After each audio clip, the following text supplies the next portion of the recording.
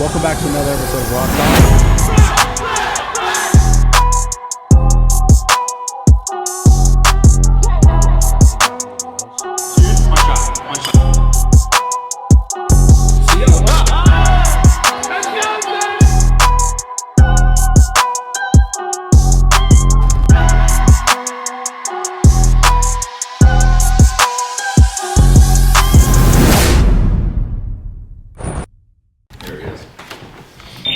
Oh man!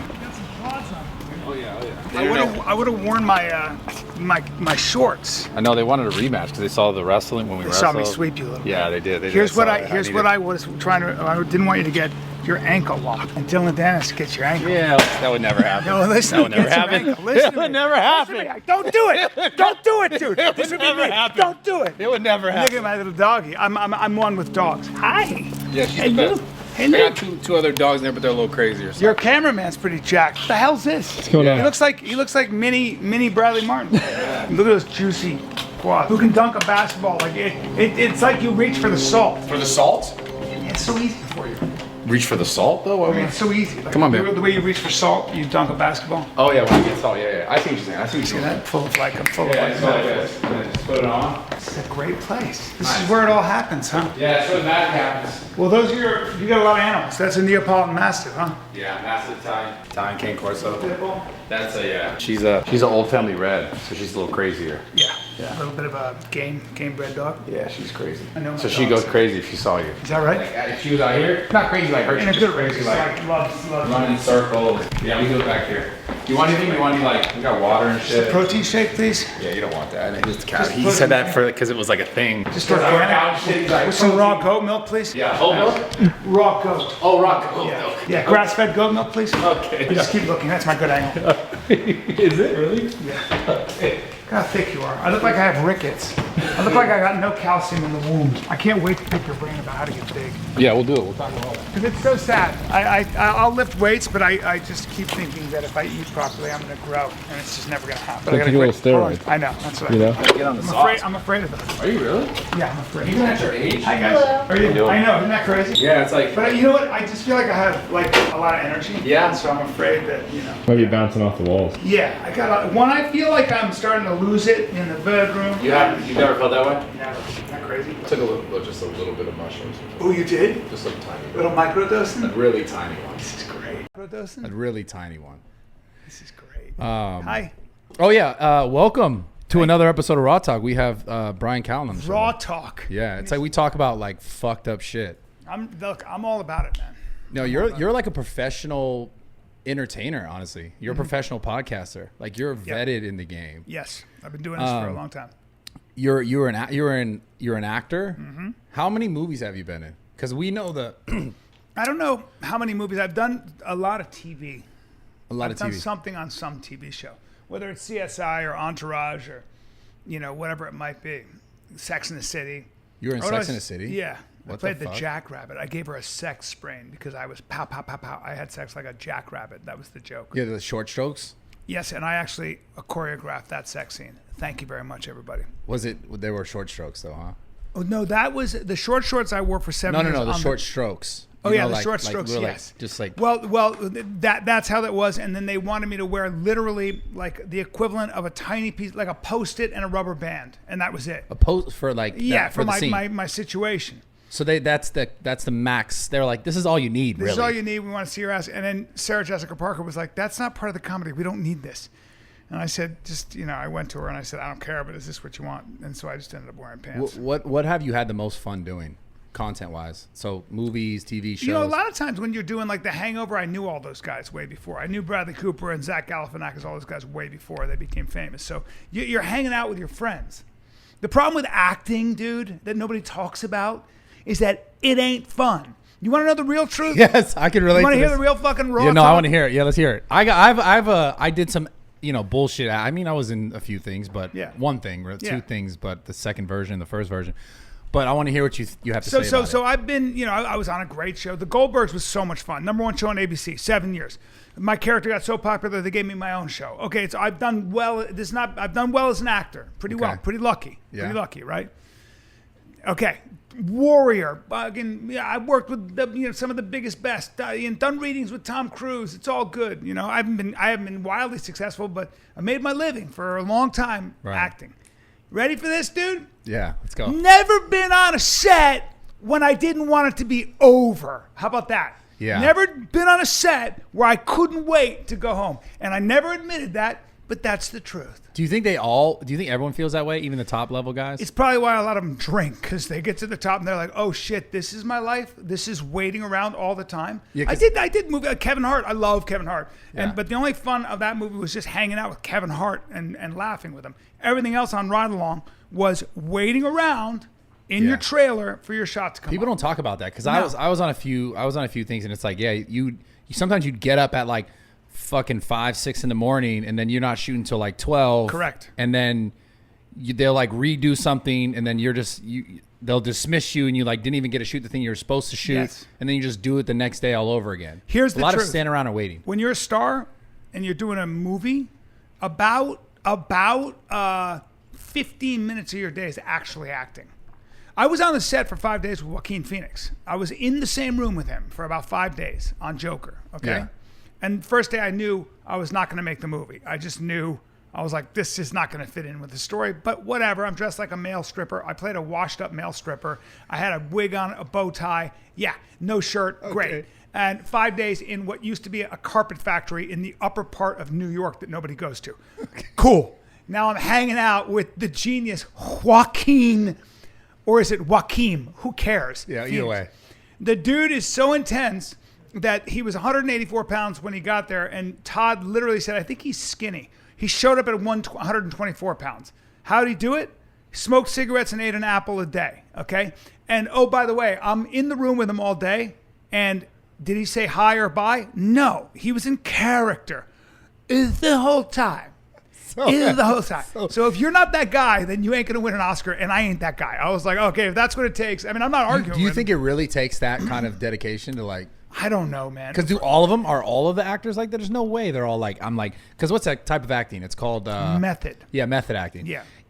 There's no way they're all like that. Sean Penn, if you're on a set with Sean Penn or you're on a set with Daniel Day-Lewis, when Daniel Day-Lewis was doing Lincoln, and I know somebody who was in a lot of scenes with him, they were like, he wouldn't answer questions unless you were talking as though you were in 1865. In other words, if you have questions about the world, you better be talking about everything that happened before 1860. It's like, hey, bro, I'll throw you in a flying headlock right now. Like, he's a genius. Yeah, I will fuck you up, dog. I'm fucking bored, bro. You're going to fucking answer these questions. Yeah, that's where I'd like to bring Bradley Martyn. I'm like, look, this is my friend Bradley. Nice guy. But he's going to squeeze you until you come out of it. He's going to squeeze the character out of you. Enforcer. Yeah. So who's out of all actors that you've worked with, who was your favorite? Who stood out the most?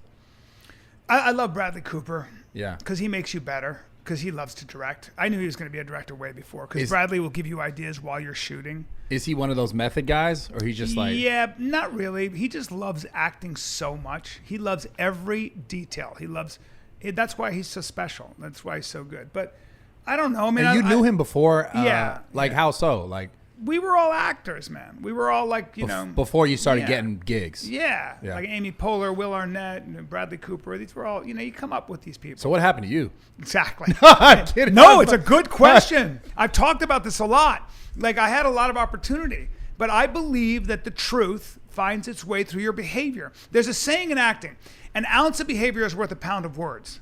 So I came to LA to be an actor, and I drew a line through. I had my own TV show. I was on a lot of shows. I starred in my own show. It was a big sitcom, and those are the things I wanted to do. I drew a line through all the things I wanted to accomplish, right? But I never liked it. And what I realized was that every time I was on set, it was only an excuse to make the other actors laugh. The acting got in the way. So if you're not in love with it, you're competing with people like Bradley who are. And that is one of the main reasons ready for this? I didn't work that hard at it. What? But why did you do it then? Why were you doing it? Because I came to LA to be an actor, but stand-up comedies would save me. Okay. Stand-up is, there's nothing like stand-up. So you came just for that, and then you realized like, oh, I'm actually better at this. Yeah, dude. Yeah. You know what? To be honest with you, I'm going to sound cocky. Oh, I'm a good actor. You are, dude. You're highly entertaining. Straight through the gate, you came out entertaining. Yeah, I can act. So but I can act dramatically. I can do really well if I want. I've done a lot of it. I studied it carefully and for a long time. I know a lot about it. But you don't like it. I don't like it. What do you like about comedy? I love acting. I hate the process. It's like I love skiing. I hate the gear and the cold. Getting ready and all. I hate it all. I just like going down. Yeah, I can't stand it. That is the worst part. That's true. Holy shit. See what I mean? I love snowboarding. I love skiing. I hate the whole like driving, getting there, putting your shit, carrying it, walking with like the big old feet. Yeah. Yeah. We do what, if you really ask yourself what you honestly revere, what do you honestly love? Because part of it is, look, we do a lot of things, and this is what you realize when you're as old as I am. You do a lot of things as compensation to fill a hole. And how old are you? Just 55. 55. So you do a lot of things that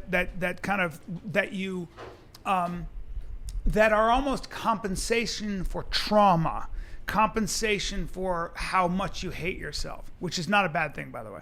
Yeah. I also think it's fine to hate yourself. Done a lot of that. Yeah. Yeah. Of course you have. That's why you're so successful. That's why you're unique. What moved me, like I almost started crying when I saw that clip of you talking about your dad. Mm-hmm. I went and hugged my son because, I understood everything about you. You're a giant man, great looking guy with a whole bunch of armor on your body. I got you. I showed it to my trainer, and we both fell in love with you right there. You can never look bad when you're vulnerable, but I saw your entire life. I'm also the best in the world at that. I'm good at I can read people quick. I know what they're proud of and I know what they're ashamed of. I'm really good at that.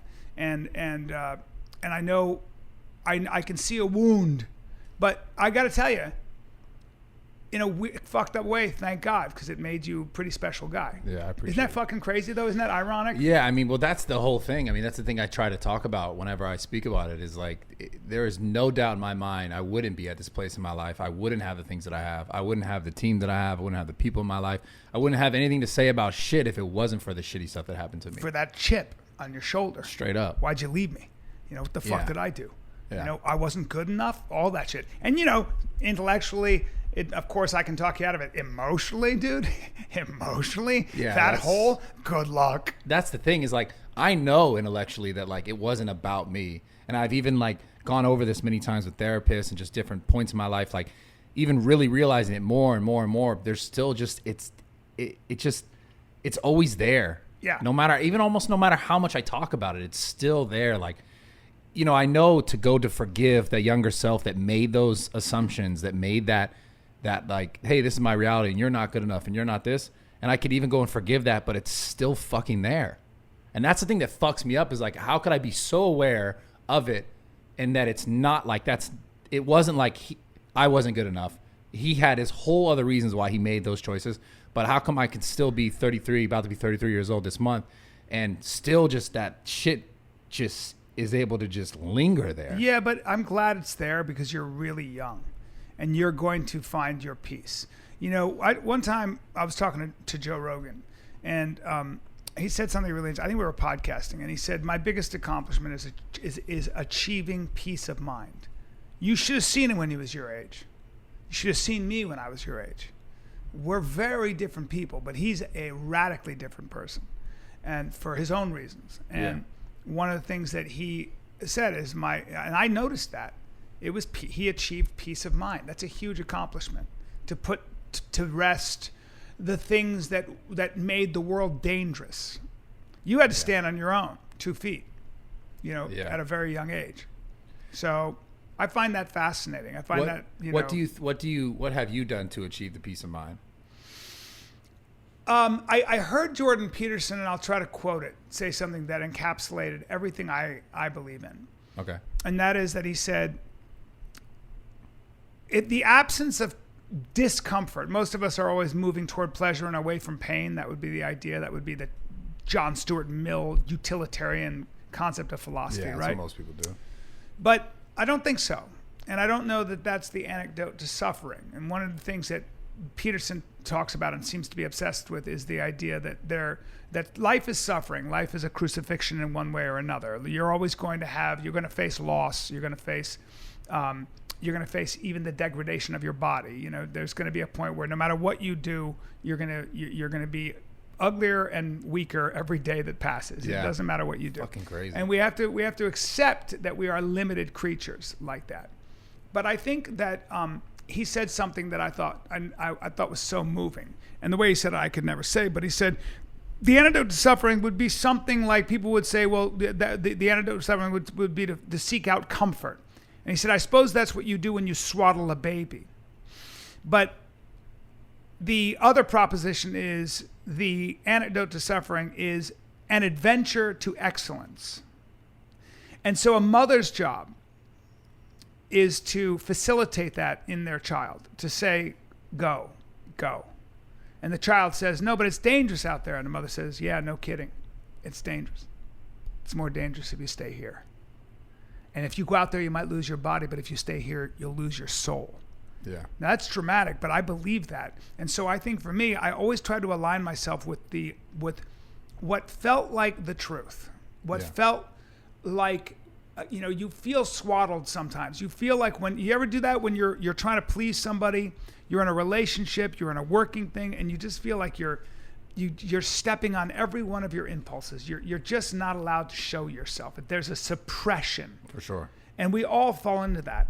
And then you have a conversation and you break free of it. You quit that job and you just feel like, oh man, I feel so much better. You do that when you break up with somebody you didn't want to break up with. You're like, I'm finally out of that, Oh man. Yeah. Right? Yeah. I mean, here's the thing is like, it seems like the thing that is most important in life is to, like you said, in reference to him, is like this journey portion. Yes. Is going through the bullshit. Yes. And accepting it, that is life. Like, not that it's not always just going to life. be bad. It's also there to push you toward your best self. Yeah. I always say that your best self is in another room waiting for you, and you can hear him clearing his throat. You're ignoring him or you're ignoring her, and you'll do it with a lot of drugs, alcohol, friends, and a lot of noise. We all do it. But please understand. Why do you think humans are so apt to, like, their first response is like avoidance, whether it be like you said, through drugs, through like just something that's not genuine for them? Because it takes responsibility. Yeah. So if you really take a look at who you could be.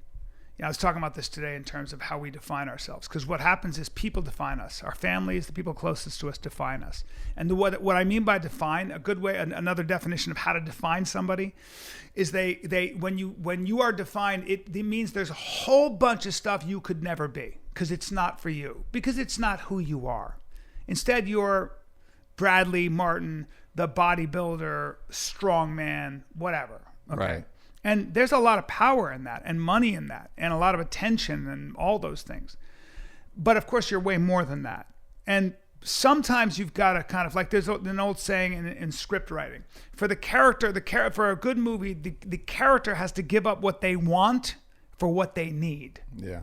There's what you want in life, and then there's what you need. And a lot of times to get what you actually need to become a complete, whole human being is to give up what you want. It's to give up what you've been desiring. Because a lot of times what you desire is the things that you can measure, like status, power, money, recognition. Boy, are those, I've been chasing that. That's a white whale that you chase your whole life, right? And we're all human, and everybody's excused for doing it. Because it's what gives you a nice house. It's what gives you the things you want. But I have also, and I think we all have nostalgia. We again, what's clearing its throat in the other room is that what you need. Yeah. And you got to give up a lot of the stuff over here to get what you need over. All right, guys, quick interruption. We got another sponsor, Blue Chew. That's right. Blue Chew has sponsored the podcast today. If you guys haven't tried this before, I encourage you to try it. I mean, not every single one of you might need it, but if you need a little extra help in the bedroom, it's incredible. I don't even know how to say this. Otherwise, it just makes your dick harder, bigger. It's what we all want, right? So fucking run it. So if you could benefit from some extra confidence when it's time to perform, Blue Chew can help. If you guys want to check it out, you guys can get for free. All you got to do is pay $5 shipping. Use promo code RAWTALK at the checkout. Again, promo code RAWTALK will get you free Blue Chew. Literally just pay $5 shipping. You could try it out and see if you like it. And if you like it, then come back and, hard dicks for everyone. You get one, and we all get one. It's amazing. Enjoy yourself. Why is it so fucking hard to give it up? I don't know, man. I think it's comfortable, and more importantly, when you actually look at what you want, when you actually see who you could be, if you actually see the hero, what does the hero of your own movie look like? Man, that takes responsibility, because if you really see it, if you really can conceive of it in technicolor and detail, you gotta step into that uniform. And now it's like jumping into the abyss and hoping you sprout wings, because damn, bro, I don't know. It's more responsibility? Yes. Yeah. But it's also truth, and it's also what great people do. It is. Why do we admire? We don't really admire the people that made a ton of money. We admire visionaries. Yeah. We admire That's people true. right? We admire people that put something, a higher ideal, above themselves. The Buddha, Muhammad, Christ, Moses. These are the sort of religious figures, but Gandhi, Martin Luther King. Right. We think about Thoreau and Emerson not because they were great writers, and they were, but also they were sort of transcendentalists. They were beyond that. They would write words like, "Oh, most men live lives of quiet desperation," and all of us go, "Fuck, me too." Yeah. And that's what I always. That's kind of like my proof that something like God exists, because there are certain things that resonate with our psychic structures as human beings. Yeah. All of us, certain stories. We love stories that we all love. Even children who don't even know how to read resonate with a story about a boy or a girl who becomes a man or a woman by facing the dragon, by slaying that which they are the most afraid of. It was a great movie because those kids had to overcome everything that they were ultimately afraid of, and then then Pennywise became harmless. Yeah, I mean, stories are they're ingrained in us, like it just from fucking day one. Because they resonate. They resonate with a structure that already exists in us. Why do you think some people are better at telling stories than others? Is it because of the connection to themselves? Well, that gets into why, this guy who won a Fields Medal in mathematics, right? It's like the Nobel Prize in math. You talk about smart people. What prize? It's a Fields Medal. It comes. How the fuck you know about a field medal? I don't know. I know everything. Okay. I'm old and I Nice. read, Nice. but I know useless facts. I don't mean I know everything. I know nothing, but I know everything like that. I know dumb shit like that. But it resonated with me because one time I heard Flannery O'Connor, a quote by her, said, I don't sit at my typewriter to write. I sit in case something happens. And the Fields Medal comes with a $1 million prize. And this Russian guy, they didn't even know if it was a question. They didn't know if they didn't know if it was a question. Like, wait. Yeah, dude, this is math, okay, dude? So they didn't know if this equation was even an equation. I hate math, by the way. Well, dude, these guys deal on it. And not only was it an equation, but the answer was 357 pages long. Okay. Okay? Yeah, enjoy It's that like, what's shit. the use of that? Dude, there were six. Well, I'll tell you that there were 6 people in the world that could actually tell him if he was right or wrong. Anyway, these 6 top mathematics. It's not only a question; he answered it, and he wins a Field Prize. And he disappeared. They couldn't find him. And they couldn't find him. Found him a year later. He was living in his aunt's, shed in Siberia, working on another math equation. They go, "It's $1 million prize." He goes, "Yeah, but I don't deserve it." They go, "What do you mean?" He goes, "Well, you're giving the prize to me. I happen to have a wiring and a frequency that was able to channel the answer. But the answer always was up there." And a lot of writers will say that. Stephen Pressfield in The War for Art will say, the story is complete. It exists in the sky. If you keep showing up every day with faith, it'll reveal itself to you one piece at a time. And so I would say that some people seem to have the kind of this is spiritual talk, right? I understand it. Are you a man of God in this sense? I don't know. Yeah. Okay. I certainly am not a man of only the things I can measure. Right. I believe in getting close to things you can't measure. I like wonder. Because it's so funny we're talking about this. I've thought about this many times. Like there's been many times when I made pieces of content and then I got done and I was like, where the fuck did that come from? Well, I'll do you one solid. So when you talk about math, right? There have been mathematicians that spend their lifetime working on an equation that bears zero relevance to the material world. Zero. It's like it's some weird theoretical math thing. And then they die. And then it just goes into some dusty math like book. And then 100 years later, when they're trying to put a rover on Mars, they no go, fucking way. yeah, dude. They go, well, we can't do that without that equation that guy had a dream. He had a dream and he wrote Is that it down. a fact? That's a fact. I don't know about the rover on Mars, but there are Things cases like that. of that where mathematicians had this abstract theoretical idea, and it bears direct relevance on everything you do today. It's just So there you go. You don't believe in God? Well, all right, but I believe in something, man. yeah. No, that's fuck, man. How about that? I'm so there in my life, and I not that I don't believe in God in a sense. I've had this whole struggle with like, where does it actually come from? We all do. Yeah. We all do. I mean, the Catholic Church talks about doubt. Doubt is a necessary ingredient in faith. Of course you have doubt. Yeah. If you didn't have doubt, faith wouldn't exist. You know what I'm saying? Faith Yeah. and doubt go together. You can't, I mean, nobody is jumping up and down saying the sun's not going to come up tomorrow. We all know the sun's coming up tomorrow. There's no doubt about that. Right. There's no doubt that you and I are going to die someday, Yeah. you know, but Which is one of the scariest things in the world to me. That's my biggest fear. it is My death? biggest fear is death. Yeah. Why? That, I don't know. Not me. It's gotten easier for me as I've gotten older, but for the longest time it like tormented me because I don't know what is on the other side. Yeah, Straight up. so I like knowing. Yeah. I like understanding. Yeah, I see this a lot with a lot of people that I know who are obsessed with health and longevity. So if you want to get a bunch of really rich people's attention, all you have to do is start talking longevity. If I show up with David Sinclair or whoever at the richest with Jeff Bezos and Elon Musk and everybody else, not to put Well, these guys are talking about like living forever type I know, shit dude. now. Oh, I know. Like The rich have always done that. If I show up at a party and he's my buddy, we get cornered. We get cornered. Tony Robbins was talking about his dear friend David Sinclair. Hey, bro, you've known him for a year. Relax, dude. I know. Yeah. I know he's got some concoction that you think is reducing your biological age to 51 when you're 61. No, it's not. Don't buy it. I know that me and Rogan have these arguments all the time. I'm not that interested. If you got a pill I can take that's going to keep my body out of my way, okay, I'll take it. I see what you're saying. I'll take it. But I don't think that's the point to life. The point to life is that you are finite. But you how are limited. My question on that, so to that point, if I understand that because that's what we know, but how could we make an assessment of something that we don't know, which is living forever? Wisdom is the acceptance that you are more wrong than you are right, and that you are defenseless. No matter how much armor you put, your chaos, the flood, loss, whatever you want to call it, can come in an instant, and you will not have the armor. You will not have the weaponry to defend yourself. That's a hard thing for a guy like me and you to accept, but I have accepted it as I got older. Is it still worth it then to build it up?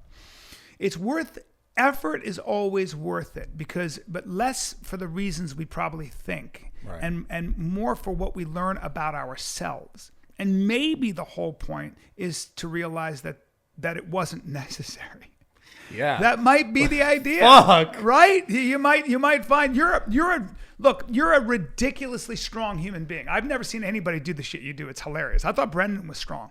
Yeah. Like you make him look weak, dude. Yeah. I mean, you're deadlifting the craziest shit, and that's a huge accomplishment. It just is. Even like the way you built your social media, everybody knows who you are. Yeah. You have your own gym. You're 33. Yeah. I mean, you're a crazy entrepreneur, and you've done it all through just insane effort and being like truly unique in the most saturated field period, right? So you're kind of a 1%er, and it's awesome. But what I also appreciate is that you are interested in how to get out of this thing. Yeah. Well, because it's all, dude, I love it. I'm grateful for all of this. I'm grateful that I'm able to be here, have you on my podcast, talk to all the people that I've talked to. But there's still a part of me that goes like, how the fuck did I really get here? Like, I know I put in the effort. I know I put in the energy. I know I said, okay, I'm going to do this. And a lot of things that I said I was going to do, I have now, or I've done, or I'm still working towards, or I'm closer. And I know it starts there, but there's still a part of me that's like, why me? Like, how did I get so lucky? Because no matter how you cut this, timing of things are still like so important, right? If I was like, 5 years later on my advance of, okay, I'm gonna get on social media and do this and that, because I was one of the first people on social media in the fitness industry doing anything before it was even a thing. Yeah. And then it became a thing because I did it, right? I'm not saying that I guess I kind of did create the shit, but obviously I didn't create Instagram. I created like the whole like the lane of fitness influencers on social, specifically that's Instagram. a big deal, dude. That's pretty visionary. But regardless of that, like that, the timing had to be perfect for that to happen in my life. So I still have that piece where I'm like, how did I get so lucky? You would have. I actually think guys like you, that success is a mindset. The exercise is a symptom. You would have found. I put you in a hole. I put you anywhere. You'd find your way. That's just Rogan's the same way. Guys like you who I could take everything away from you right now. I could take it all away. And you'd go through a year of like, oh no, and then you'd build back better and bigger. I know you would. You're just that kind of guy. That the success is not, it's timing, I guess. It's luck, they say. It's also a mindset. Yeah. You have a crazy mindset. I mean, okay. If it wasn't fitness, you would have found something else. Yeah. I know you would have. So you're the kind of person that, I put you in anything. If you were a Navy SEAL, if you were a fighter, you would have tried to be the best. You would have been the best. Yeah. You would have said, what do I have to do to be the best? Tell me what I got to do. I don't care if I have to break my back. How rare do you think that kind of mindset is? It's rare. But why? Because like, how come? Yeah, I think it might be wiring. It's a combination of you got to have the perfect amount of trauma, wiring, and intelligence, curiosity, and it's a combination of shit. I've never met anybody who's really like that who didn't go through a lot of shit when they were younger, especially kind of loss. But so do you think it's the shit that makes your wiring different? Because I'll tell you one thing. The Buddhists would. It takes the deepest mud, sprouts the brightest flower. That idea. The lotus flower comes from the darkest and deepest mud. It takes shit to make a flower. I mean, I want to say this. The thing that I remember the most vividly about my childhood was the years after I realized my father took his life, when I think from 6 years old to 12, I kind of blocked it all out. Yep. But when I was 12, I remember being 12 years old and walking to school. And the thing that I'm not trying not to get emotional, but the thing that I don't mind. Yeah. The thing that I was so interested in my own mind, besides the thoughts of, why did my father leave me? Am I not good enough? Why is this my life? How come that kid that I am friends with has his dad and I'm spending time with his dad? And I'm like, how come I don't have this at home? And this isn't my circumstance. Yeah. The thing that was so crazy to me was when I was 12 years old, I was so hyper focused on my thoughts. I remember thinking do other people think about thinking? I was too. Dude, yeah, I was. Is it normal that I'm thinking about the thoughts and thinking, do other people think this much about their own thoughts? That's pretty conscious, man. But it was weird. So that was the thing that I realized very, very young. I was like, I remember thinking to myself that the way that I think is not normal. Are other kids thinking about the way that they're thinking in relationship to the way that other kids are thinking? See, it fucked me up. Just that question you're asking is something most people aren't even interested in. And one of the bummers about having questions like that is it's a little lonely because there aren't a lot of people to speak to. Yeah. Right? Yeah. You're intellectually curious and you're philosophically curious. That's a philosophical question. Yeah.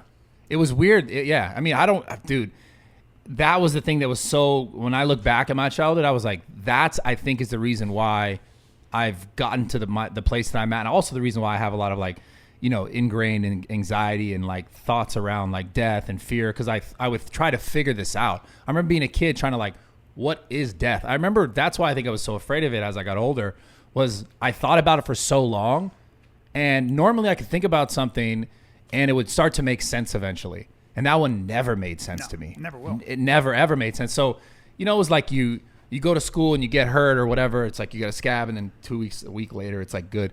And all that stuff would make sense. And this thing, I was I can't figure this out. No matter how much I think about this, I can't figure it out. And that would always fuck me up. And I still don't know. That's kind of why I think maybe people like Christ spoke in parables. And a parable, Zen masters speak in parables. You know what a parable is? It's what's the sound of one hand clapping kind of stuff. It's like questions that there's no answer to, right? And the idea is to get you beyond logic. You're asking very logical questions. You're asking questions you can measure. And I think the answer might come from the idea that, there are certain things you can't measure. And you just let go?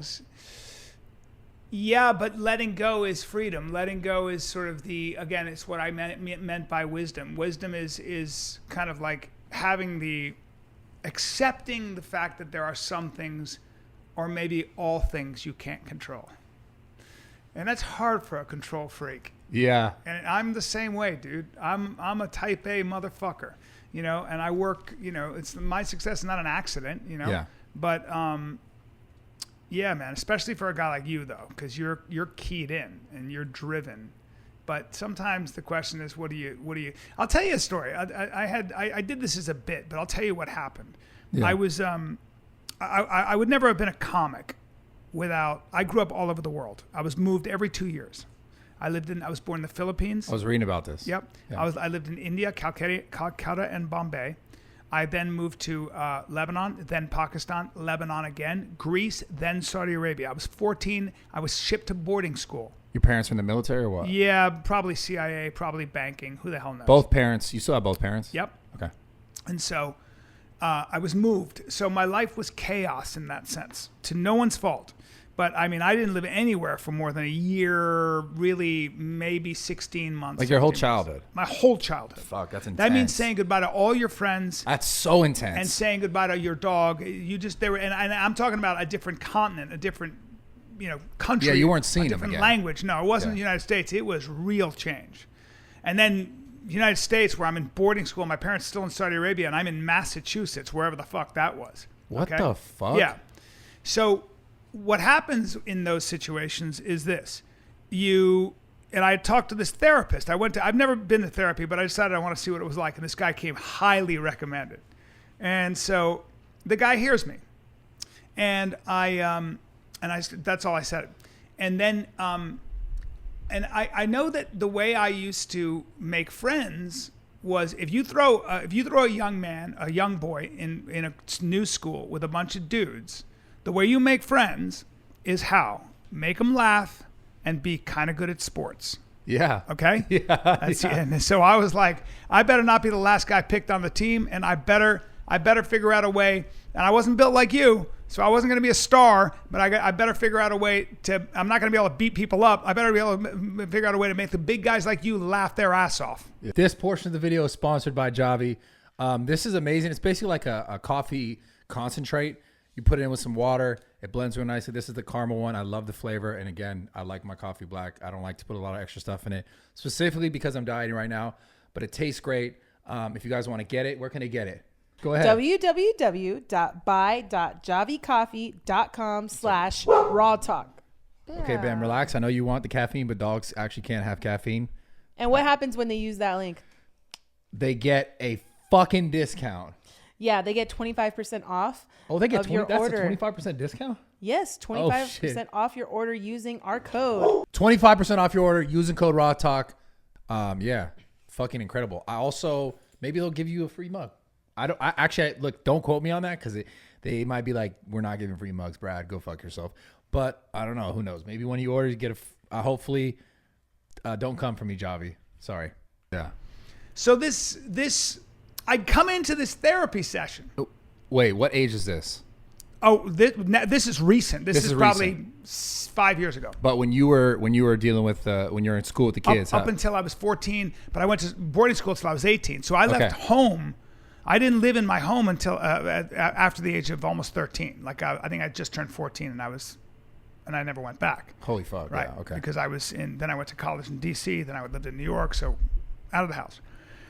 My parents are great. It's just what it was. Yeah. So, the guy goes like this. He had moccasins on. He was wearing moccasins. And in my mind, I was like, this dude wears moccasins. Like the joke is, if you think the world is safe enough to have zero traction under your feet, bro, you've never been punched in the face. This is why China's winning. And I don't know if you live in the Shire.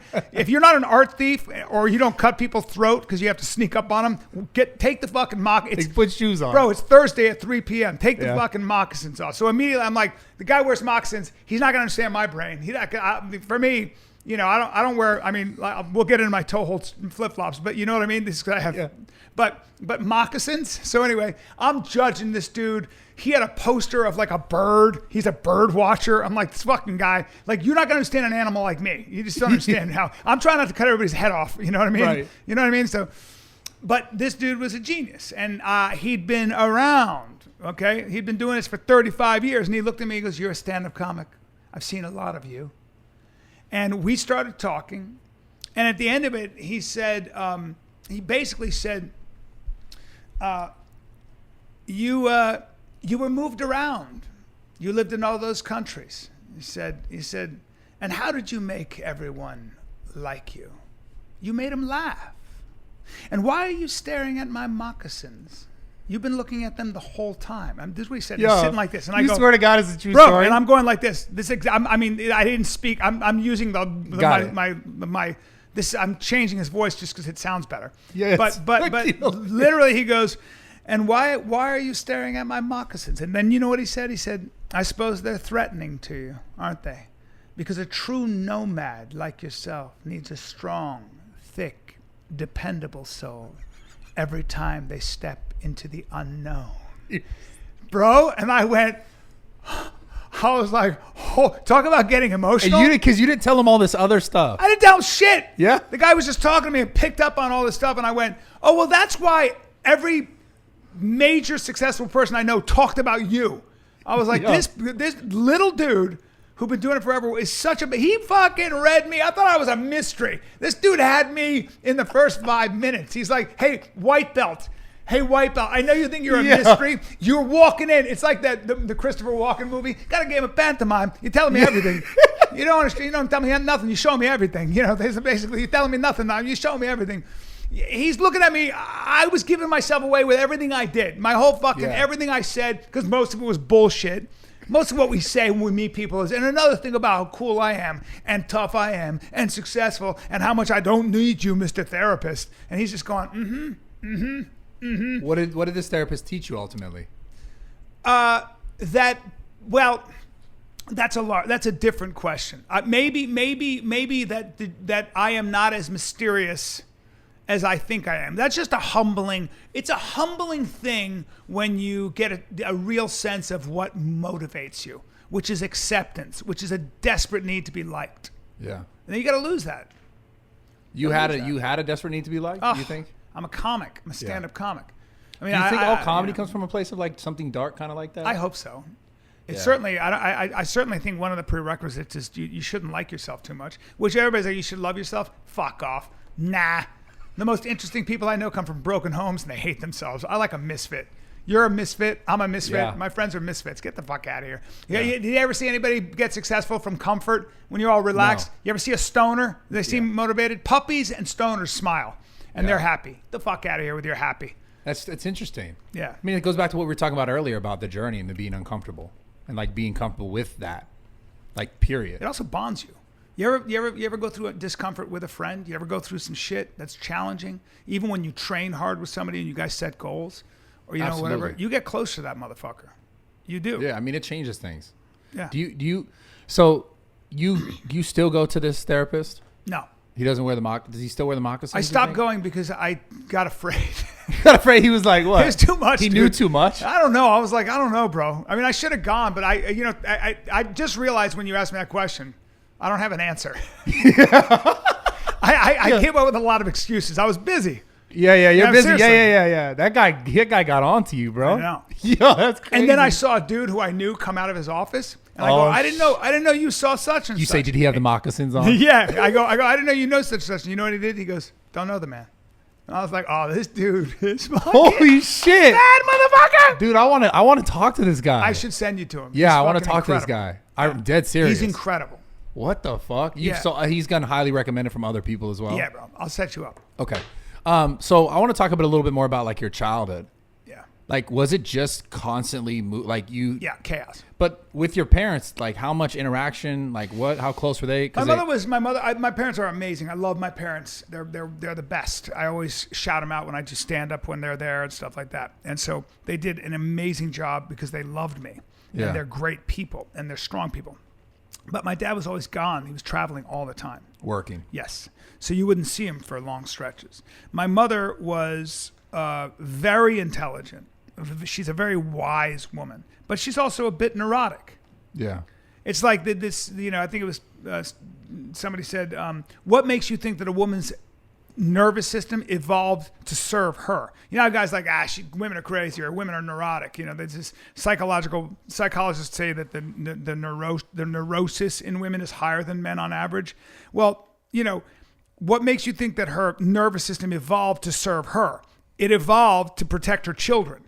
And if you want to keep your children alive, you have to perceive dangers that aren't even there. You have to assume that the rustling in that leaves is a lion, not a bunny rabbit. Yeah, you got to be a few steps ahead. All the time. Yeah. So, that makes sense. Yeah, so women will be excused if they have a natural propensity on average to be a little bit more neurotic, cautious, worried, anxious than men.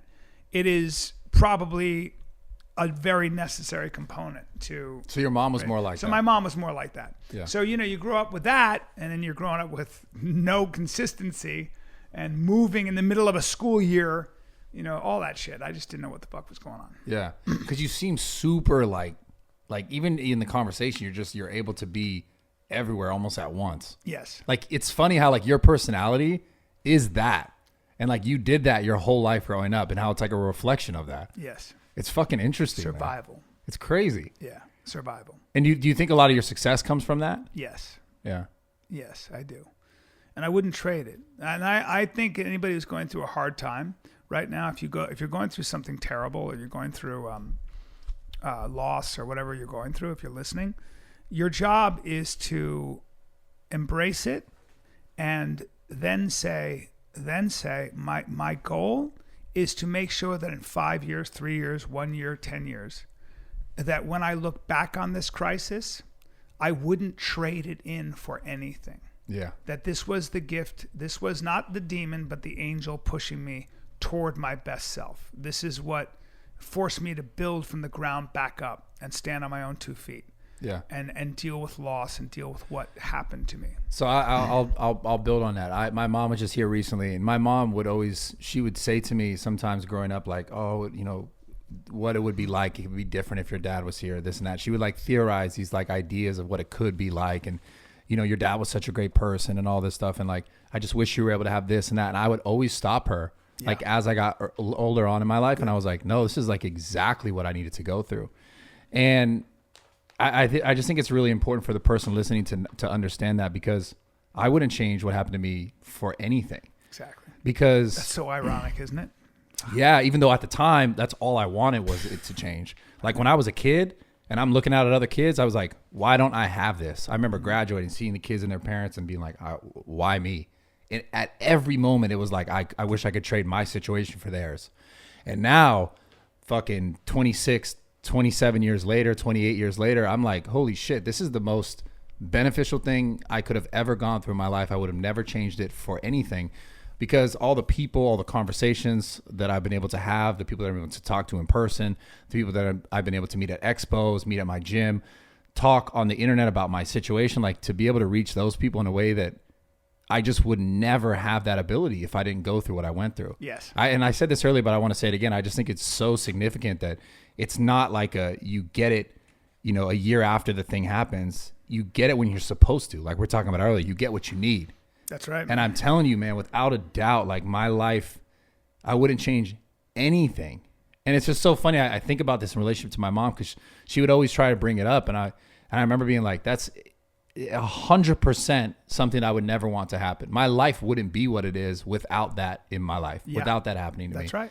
And I'm just so fucking grateful. And it's so funny. And I talk about, all these things with you and about your life, your childhood, your upbringing, like how it made you the man that you are and made you the person that you are, highly successful. And it's like, I just want more people to know that the shit that they're going through, it's absolutely necessary. It's necessary. Like, if you want to be interesting, right? Or just successful. I know. Like, isn't that weird? It's so true, though. The most successful people that I know all went through, something that they didn't think they could recover. See, what's scary about going through something like, a crisis, like let's call it a flood. Let's use a biblical term where you lose everything, is that you don't know you don't know how to make it back. Like, you don't know. It's like, I love Teddy Atlas said the greatest thing when he said, you're not a doctor until you got a kid bleeding from 15 different places in his body, and there's nothing in a textbook that tells you how to save him, and you save him anyway. Yeah. And you're not a fighter until your whole game plan gets thrown out the window, and that dude across the way knows everything you're about to do, but you still find a way to win. And that's a great example for life, because you probably are not a fully realized human being until you prove to yourself that you can make it through the desert. And I think that people say, well, that might be for them, but not for me. That's not true. I really think anybody can. I really do. I think that it starts by telling yourself the truth and facing the truth. Really. Like face up to what got you here. Did you do something? Were you living a lie in one way or another? Were you the architect of your own misery, your own downfall, your own We are, though. We catastrophe? always are. We always are. I don't care. I know that bad things happen to good people. I've had it done to myself. I know that there's injustice. Of course there is. But you're so much better off accepting the fact that no matter what, in one way or another, you're the architect of your own misery. Sure. You don't get away with anything. You don't get away with being lazy. You don't get away with lying to yourself. None of that shit, man. It's gonna find its way.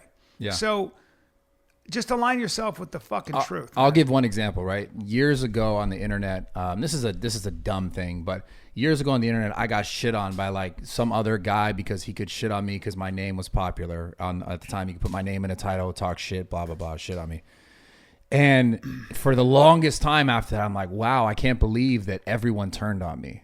I can't believe that everyone was like, from one day to the next, I could have put out content like saving grandmas from burning buildings, and I'm saving babies, and I'm like raising the dead, and I'm doing the best shit you could ever think for, and it's so true. It's so genuine. And that's the content I made. And then one day to the next, someone just makes up a lie, and I'm this bad person. Isn't that crazy? And I remember thinking like, I lost like 70,000 subscribers overnight, like on YouTube. And this one I just hit 1 million, right? Yep. And I remember thinking like, what is going on? Uh-huh. And I don't deserve this. And I knew I didn't deserve it. Yep. And I knew I knew for a fact everything that was said was complete lie. Now, I struggled so long, about 3 years with that. And what I realized was, like you said, there was nothing I did that was like, okay, I deserve this. I knew I didn't deserve it. Rationally, did not deserve it. 100% lie, right? But the thing that I realized that I did that put me in that situation was I looked at, and I've always been this kind of way in situations. Like, I'm very like, I can get locked on like a big picture, and I'm like, oh, the potential in this is so great. Like, if I can make this content with this person, and I got a little bit too close, but the problem wasn't necessarily, it was being a little bit too close, but also me looking at a potential situation without understanding all the downfalls that could come along with it. Yes. And I was naive to those things because I looked at only the good. Mm-hmm. And whether it's a good or a bad thing, I don't know, but it was the thing that I realized. I looked at the big, like, oh, we could be there, we could do this cool thing, and not realizing what someone else, like where their intentions actually lie, the kind of person they actually are. I overlooked all those things. And obviously I learned a lot from the situation, but like you said, I didn't deserve it 100%, but I did put myself there. I did find myself there. Yeah, and by the way, this is the other thing. Even if you didn't deserve it, you got to understand that chaos, it's just chaos. Yeah. It's just chaos, man. Do you believe in karma? I don't know. Because this person now is like really going through it. I'm sure. Like, you don't really get away with lying about people. Yeah. You don't get away with thinking that yours, because when people lie about you, they're trying to get something for themselves. Of course. Okay. I've dealt with this even recently. Me too. I dealt with that, I've dealt with it in the worst way. But what you realize is that I could be mad at whoever. They're irrelevant. They just represent chaos. Chaos can come in a stray bullet, come in a suicide of somebody you love. It can come in accusations. It can come in somebody making up a story about you online, and they're good at it because they're artists of pain. It can come from 1,000 different directions. A disease that just shows itself up, and you've been healthy as fuck your whole life, and all of a sudden you got irregular cell division somewhere in your body, and that's how it happens. It's just chaos. And I'm telling you now, it's coming. It's coming. Yeah. You will not avoid it. Nobody gets out of this thing alive. You understand? Yeah. So it's okay. So that's what I'm saying. We know chaos is coming. Now who are you? Now who you are you? Yeah. And that's why the Buddhists always tell you not to get too attached to yourself. Like, look, watch this. I'm going to do an experiment with you. Ready? Yeah, do it. So this I is love this kind of shit. This is a Buddhist. This is a sort of the idea of you have a strong sense of self. Bradley Martyn. You've worked hard to build yourself. You've constructed a great self. For the most part. Yeah. I mean, always working, and you've dedicated yourself to something, for lack of a better expression, self-perfection. You know, that might be your God right now. It's not God. It's definitely self-perfection. And we all suffer from this. Trying to get better. Type A guy, man. Self-perfection. Perfect at everything. Podcasting, fucking strength, dominating your field, all that shit. All good. And God bless. Now watch this. Now think about this. Where are you hearing me from? Where are you hearing me from? Where does Bradley Martyn start and end? Where is he? Try to locate yourself. Here. Yeah? You think so? Is that where you're seeing me from? Is that where you're hearing me from? Here and here. Yeah? Yeah. You sure? Yeah. So you're behind your face? Well, I would say I feel it. If I'm thinking about what you're saying, Yeah. I feel it somewhere like in here. Is that where Bradley is? Is that where you are? Well, the truth is I don't know where I'm There you sitting go. here. Right. It's very hard to locate yourself, isn't it? Yeah, It's really hard to I locate think yourself. I'm here. So you might be an illusion. You might, Dude, I the mean, who notion knows? The notion of who you are, where you begin, the seat of we know where you are physically. We know that there's a cloud of consciousness, Right. that exists in this body of sensation, Right. and temperature and pressure. Okay, but when you try to observe the observer, when you turn attention in on itself, it's pretty profound. It's an interesting experiment that meditation contemplative athletes will do their whole life. Yeah. They'll try to locate themselves, but the idea would be the self might be an illusion. There may be no Well, you can't. I. I mean, you can't really. When you watch, have you ever seen those monks that were protesting in Lit Saigon? themselves on fire. Yeah. Yep. And they didn't. You heard them breathe, sort of like the air left their lungs. That's about all that happened to them because they had detached from their body a long time ago, and they kind of observed themselves. That That was one of the craziest things I've ever seen. That's the most warlike shit you want to talk about. It's like the samurai who would come into a town, and everybody had to be out of the town, but all the food had to be prepared for his men. Otherwise, he'd kill them. He'd hunt them in the hills and kill them all. And if anybody was in the town, they'd be put to death immediately. And then this Buddhist monk is sitting in the middle of in the road, and the shogun comes up and he goes, "Do you not know who I am? You're in this town, and I'm the man who can cut you into 100 pieces without batting an eye." And the Buddhist looks up at him and says, "And I'm the one who can be cut into 1,000 pieces and not bat an eye." I don't give a fuck. It's fucking beautiful. That's a different kind of warrior. It might be the ultimate warrior. How do you get there? Oh, God. Years and years of fucking meditation. Yeah, go to Tibet, bro. Yeah. Go to the highest mountain. Yeah, I mean, that would be the idea. I don't know. I'm not there. That's But such I an admire interesting concept to me, like living a life like that. Yeah. Do you think I had Lana Rhodes on the podcast a few days ago? I just dropped it today, actually. But do you think that people are going to become more minimalistic over the years or more materialistic? Because how we've had everything kind of in cycles and fashion and life and everything. Yeah. And it's been this oh, look at all my stuff for so long. Do you ever think it's going to get, because we were talking about it, she thinks it's going to come to a point where more people, even of prominence, are going to be like, I have less shit, and talk more about that. That's already happening. I'm thinking about buying into a company. It's called Toehold. They make moccasins. They make flip-flops. They make these fucking. Really? Let me see. They make them out of. They make them. See that? These are nice as fuck. Yeah, those are handmade. Okay. Now listen. Oh, I've heard this brand. Yeah, they're killer. They're a jiu-jitsu brand, but they're. This guy sent me these because I was having problems with my feet. And there's a whole philosophy behind those. What the That's fuck? Herman Oak leather right there. That's the best leather you can buy. That's saddle leather. The more you wear it, the better it becomes. The motherfucker makes, you see that tuck under design? That's a Japanese design. He studied with a master leather worker in Japan. But that's nothing. You should see the work. If you go to the Toehold on Instagram or shoptoehold.com, I think is the website.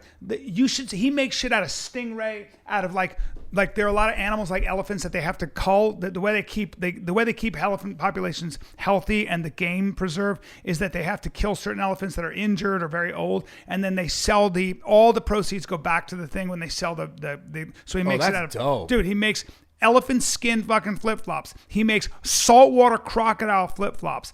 It's the craziest shit, right? But the dude does it. This is what I'm thinking about. Truly, I said I want to buy into this company. I literally was like, I'm literally, nothing's been signed or anything, but I'm literally in real talks. I've never thought of this, and this is the point I'm making.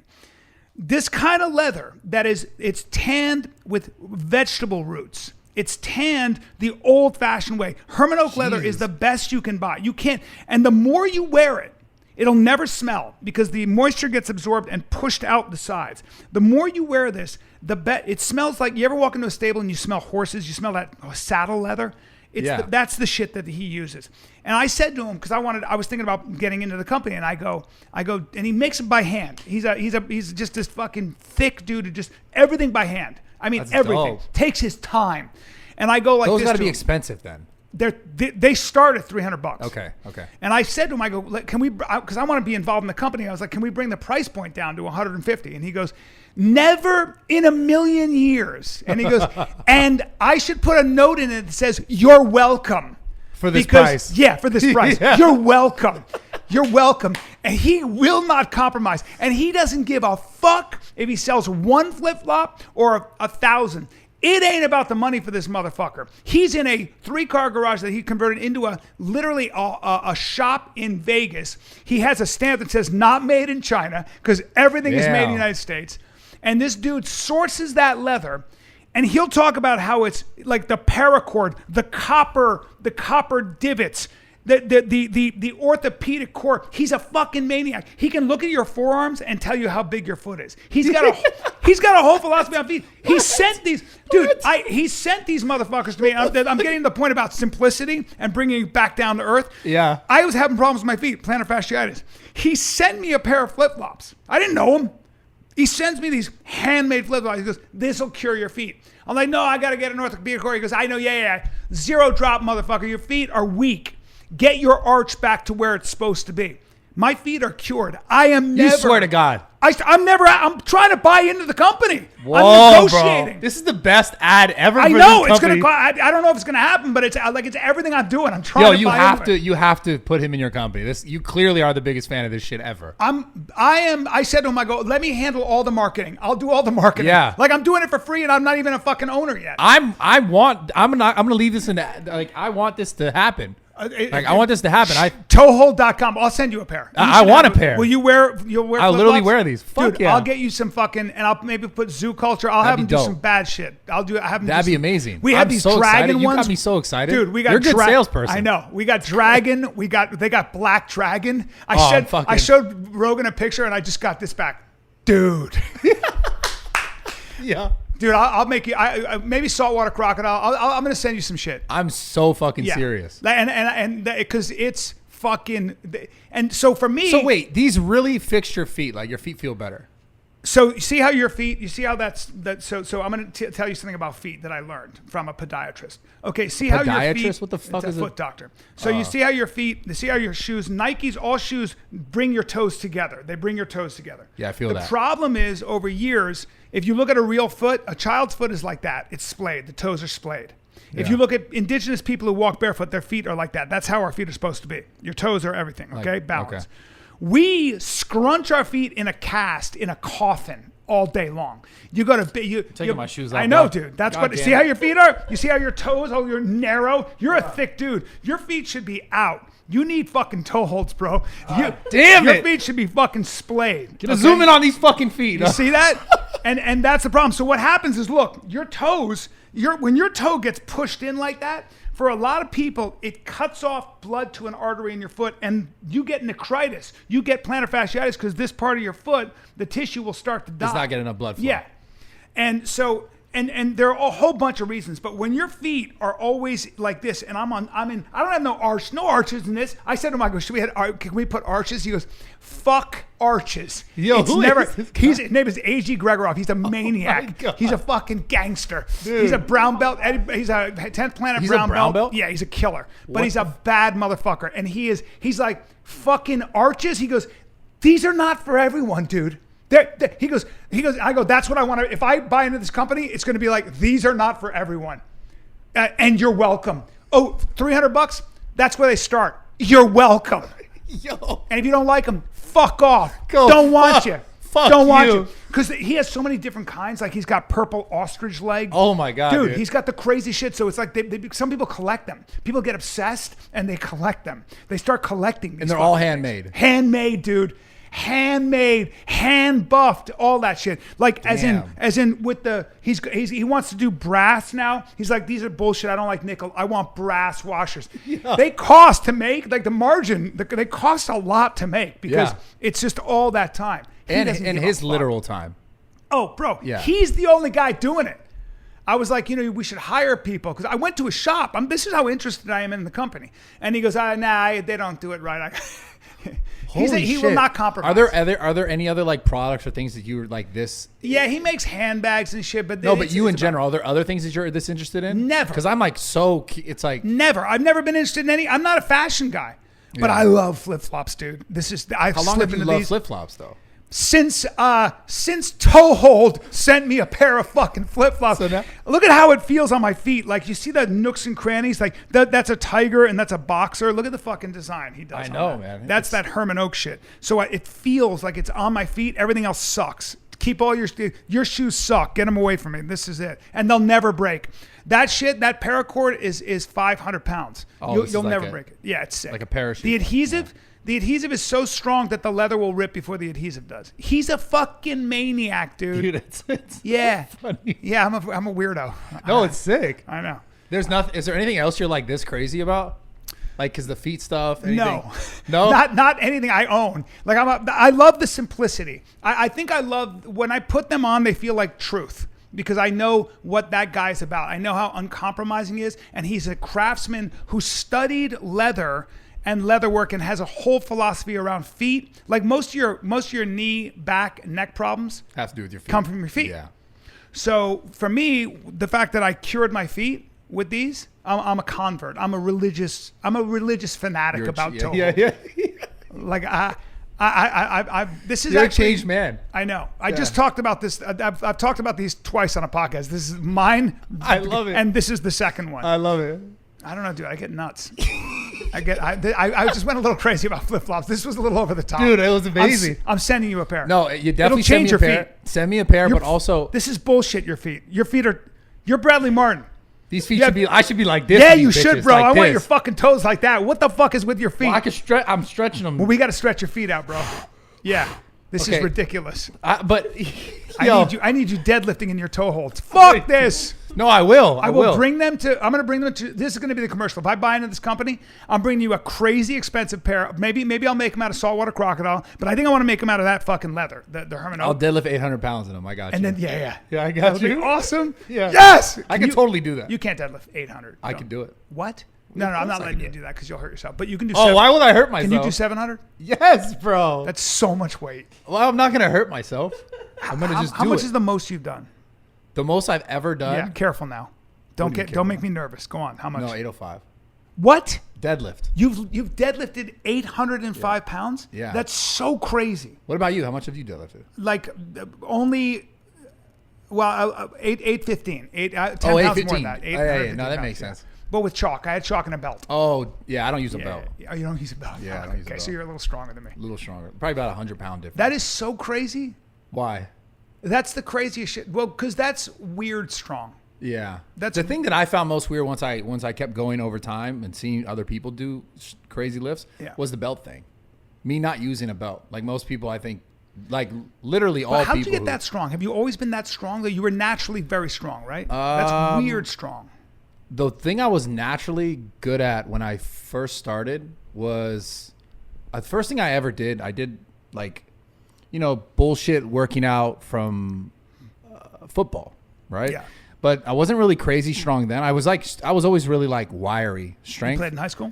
Yeah. And then when I first did Olympic weightlifting, this is before I ever got really into like bodybuilding or powerlifting, but Olympic weightlifting was actually the first like respect training. Yeah, because you're an athlete. Yeah. You're So not just a weightlifter. I did like literally Olympic weightlifting. So I competed in that. Like I did the snatch and the clean and jerk, and I was naturally really good at that. Like being able to get into the positions, like holding the snatch like but overhead you're in the so bottom long. position. Did that hurt you being long? It didn't hurt me. I mean, the thing that hurt me was the bar has to go a lot farther. So most Olympic weightlifters are much shorter. Yeah. It's because they can just get the bar up and get under it. Yes. So that's kind of why I got out of it, because I was like, okay, like for me to be really, really good at this sport, I have to be fucking shorter or be like that much fucking crazy stronger. Yes. And I got very strong at it. But when you asked me what I was good at naturally, I always had very weird mobility.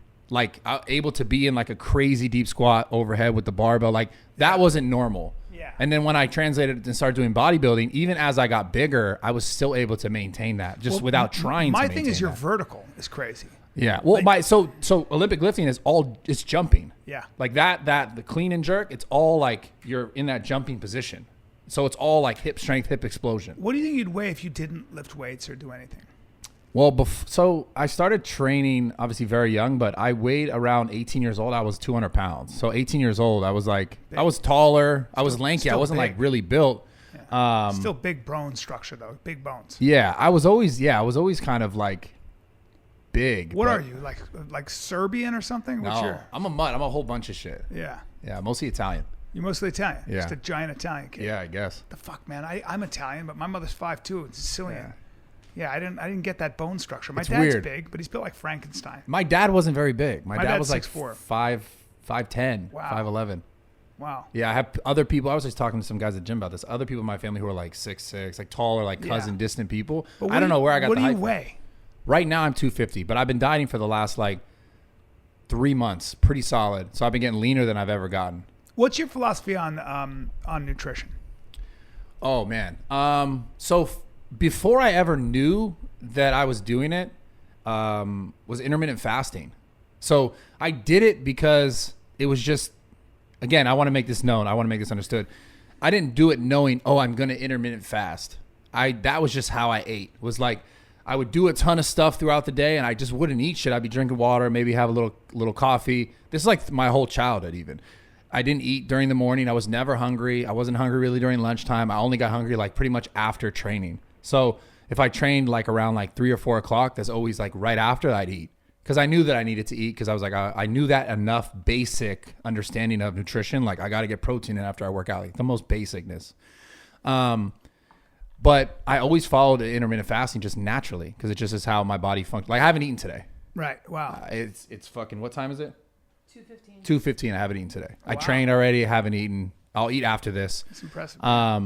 And I've always done that. So I've always kind of followed that without knowing. So just to give you guys like, that's where I would start from. That's where I've always been. And it wasn't like, cause again, I want to do intermittent fasting. I heard about it on the internet. Like it kind of came after the fact when people started talking about this being a beneficial thing for like longevity in life. And I don't even know too much detailed into it, like actual studies and how actually efficient it is, but I feel fucking great and I perform fucking amazing. Yeah. So there's, a lot of anecdotal evidence there that like it worked for me. I don't know if it's going to work directly for someone else, but when I really got interested and I really got engaged, and did I tell this on the Lana podcast about my dick? Yeah, I did. So when I was 18, my dick stopped working. Wow. Yeah. Because, crazy. Yeah. Because I did so much physical activity. Like, I'll put it in perspective. I lived at the dorms at Desmond Hall in Sacramento State. Shout out the Hornets. Yeah, the Hornets, which, whatever. Anyways, I would ride my bike after every single night. I would do sprints on the American River, which was, I could go right out the hall and like do sprints. And I'd do like wind sprints where I'd pick like, I'm going to sprint to there and then jog and then sprint to the next thing and then jog. I would do sprints, like maybe 30 sprints, 20, 30 sprints, like to like just distance. And then I would go back. I'd eat like fucking cottage cheese, no fat cottage cheese, chicken, and like some like spinach, no fat. Right. So I was very under my fat content, Yes. very, very under. And then I would ride my bike, a BMX bike, like 30 minutes to the gym that was 30 minutes away. And I would train for an hour, do 30 minutes of cardio No at the fat. gym Yeah. and then do 30 minutes of cardio back to my place. And then I was so psychotic that if I ate anything, I'm doing push-ups in my dorm room. If I'm doing curls, it was to the point, and I told this on the other podcast, it was to the point where I would try to keep my abs tight 100% of the day. Like I was psychotic. It was something wrong with me. It was body dysmorphia in a sense, to a crazy degree. It's neurosis. It's a form of it was bad. Like it was like if I ate something, it's control. I was like, I got to go to the bathroom and do push-ups. Yeah. Otherwise, like I'm gonna lose everything, right? Yeah. So, anyways, it's like a need for control or something, and all that. yeah, I was fucked up. Yeah. And then, but basically, I remember, I have my girl's coming over. I'm 18 years old. She's like coming into my room, and like my dick is just like flaccid, just like a fuck, like this. There was no getting up, zero. And I'm like, what the fuck is going on? Because this was never like this. Yeah. And I'm like, I'm in shape. I'm this. I'm so active. How is this happening to me? And then that's when I really I was like, I got to figure this out, because I went to a doctor, the doctor I had like my whole life. And he's like, why is your face so, like, you look almost malnourished? And then he gave me like I think it was a Viagra. He's like, see if this works, just to see if it works. It was so crazy, by the way. Change my diet. Right, dude. right. But I did it, and obviously that worked. I'm like, oh, this is cool. But regardless, it was like, he said, I think you need to eat more. So then I was like, okay, let me like figure this out, because I'm so into training. I'm so into this, and I love it. I just didn't know enough. And that's when I picked up a nutrition book and was like, oh, you need fat. You need protein. Like, you need to eat amount. Like, this is necessary for the body to work. So to answer your question, I'm pretty balanced with everything. I just follow intermittent fasting. Not always, because sometimes it depends what I'm doing. But for the most part, I do intermittent fasting. I eat from a certain amount of time, which I realize later on now in my life, I need to be better at eating more earlier, because I notice if I don't eat enough during the morning time or during throughout the day, then at night I'm like ravenous. I want to get up in the middle of the night and eat, which fucks up and disrupts your sleep, makes your quality of your sleep less, and then everything else is a little bit worse. But yeah, man, I had a journey. So to what degree, there's that raging debate between it's the kind of calories you eat versus calorie restriction. Is it a combination of both? Yeah, so everyone goes like, oh, macros, it's just if it fits your macros. Yeah. And there is truth to that, I think, for most people trying to get to a goal, because it's the macro. It's like, if I get this many calories in, this many calories out. It is that simple, but there's obviously, like, if I ate 100 grams of sugar versus like 100 grams of potato, like a starchy or carbohydrate, like 100 grams of sugar is going to affect me even though it's 100 grams of carbs, 100 grams of carbs, regardless, to say they're the same, but different sources. Sugar is going to affect me much more different than eating potato, right? And then what do I eat it with? Like the combination of foods is going to slow down the digestion, the absorption, the glycemic index of things. So yeah, there is truth to like, okay, if overall you're hitting these like level of, okay, this many calories, protein, fat, carbs, like, yeah. But when you start to get to like a point where you're like, you really want to perform optimally, I think you have to not get away from calories in, calories out, because that's still relevant, but quality of calories is important. Yeah. Is very, very important. And I think people don't even understand foods that don't agree with them. I think a lot of people don't look enough at nightshades for me. If I eat tomatoes, peppers, probably fuck you up. Bro, I get arthritis. Like I become arthritic. And I had a doctor said, "You ever?" And I go, "Yeah, I get soreness. I don't know what's going on. Like I feel like I have to do an hour of yoga just to get moving." And she goes, "You eating nightshades?" And I was like, I stopped doing that in 3 days. My body came back. So people don't realize that. I think one of the biggest beneficial things someone could do, besides getting like their blood work done to see what's going on with like a full panel of their internal organs, like their hormones, sex hormones, all this stuff, to see what's happening with their body, is getting like a gene test to see like what their body is like not liking, what types of foods it wants to avoid. Because, hi, me again. Quick interruption. Shout out to one of our sponsors, Cushy Dreams. They make pre-rolls, CBD and Delta 8.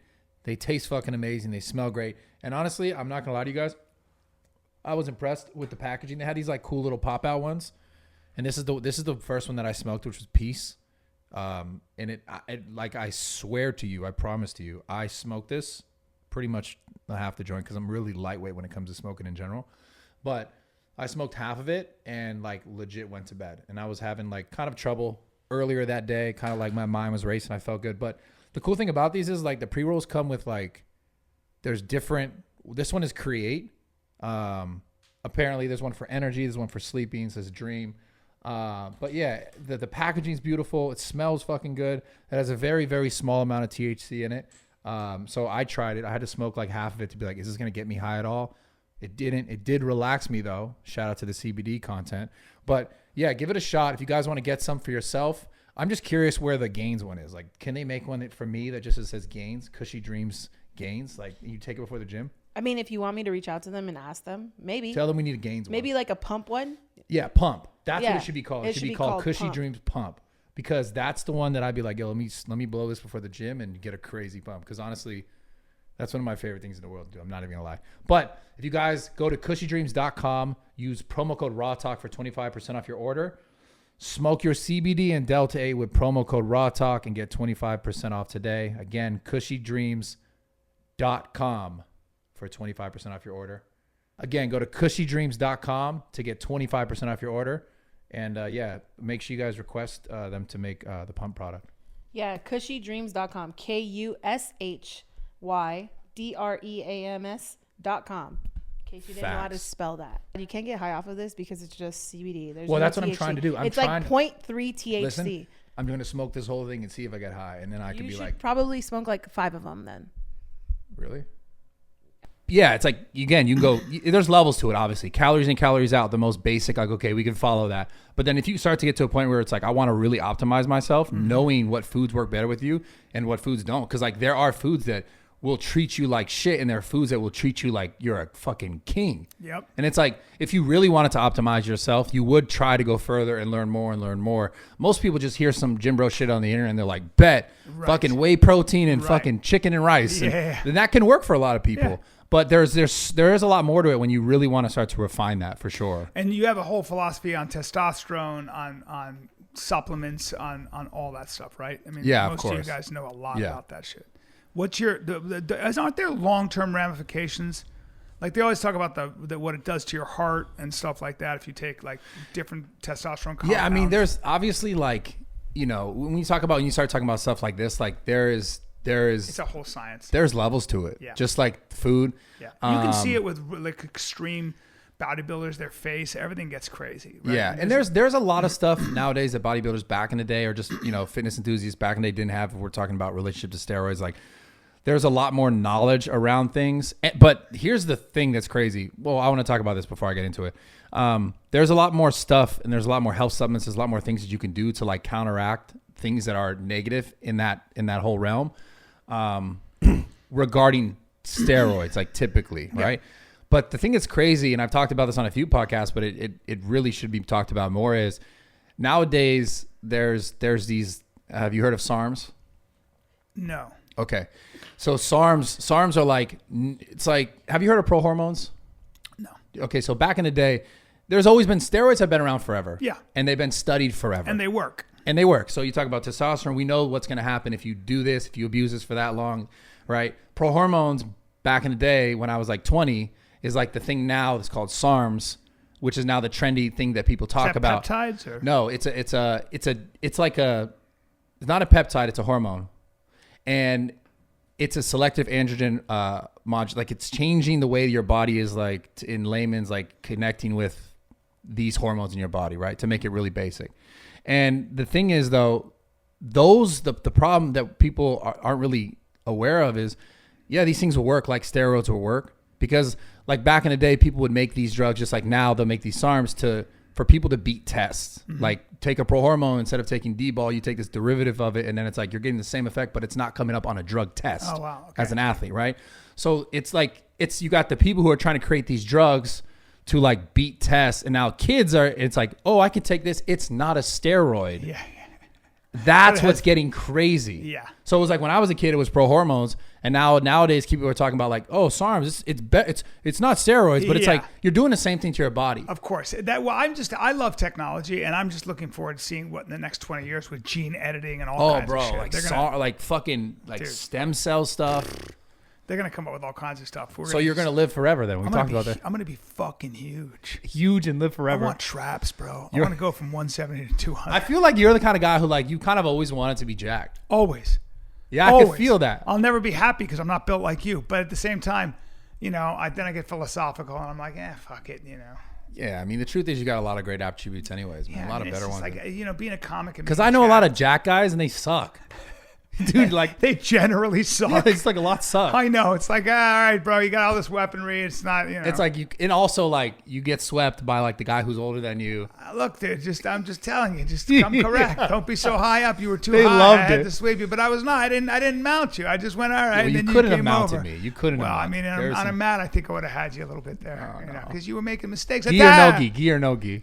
Either one. We can run this. Yeah, we can run this. We'll run it again. No, you're too strong. You're too fucking strong. I'm not gonna lie. I didn't want to hurt you. No, a guy like you can hurt me. It's like I fucked around with Matt Mitrill and he grabbed me and I went, Matt, be careful, because he was going to pull me in really fast. And a guy like you or Matt with a guy like me, like that's how I could break my back or something. Get like hurt. you can't fuck around with a guy like you. You're just too strong. Yeah. Like there's big and I fucked around with big, and then there's weird, strong and big and athletic as shit. I'm not gonna, what am I gonna do at 55 and fuck, like actually think I can fuck with you? No.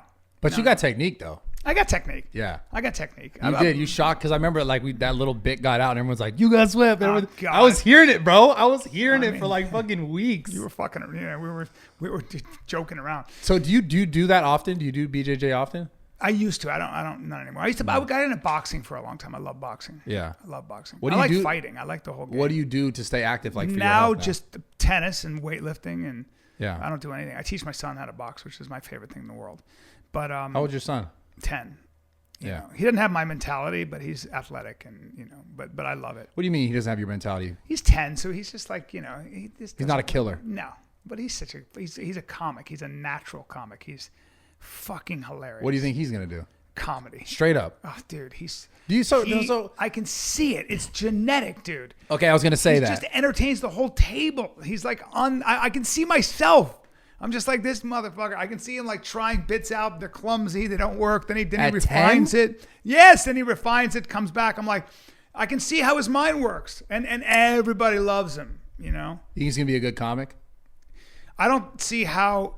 I think what's going to happen is he's going to realize it might be the only thing it's made for him. You're so. And it's just the way it is. Yo. Yeah, if it doesn't work out, I might be paying his bills the rest of his life. I'm the same way. I'm an idiot. What am I going to do? Comedy. What am I going to do? I love that, man. Yeah. It is crazy how like genetically people are just like that. Dude, it's nuts.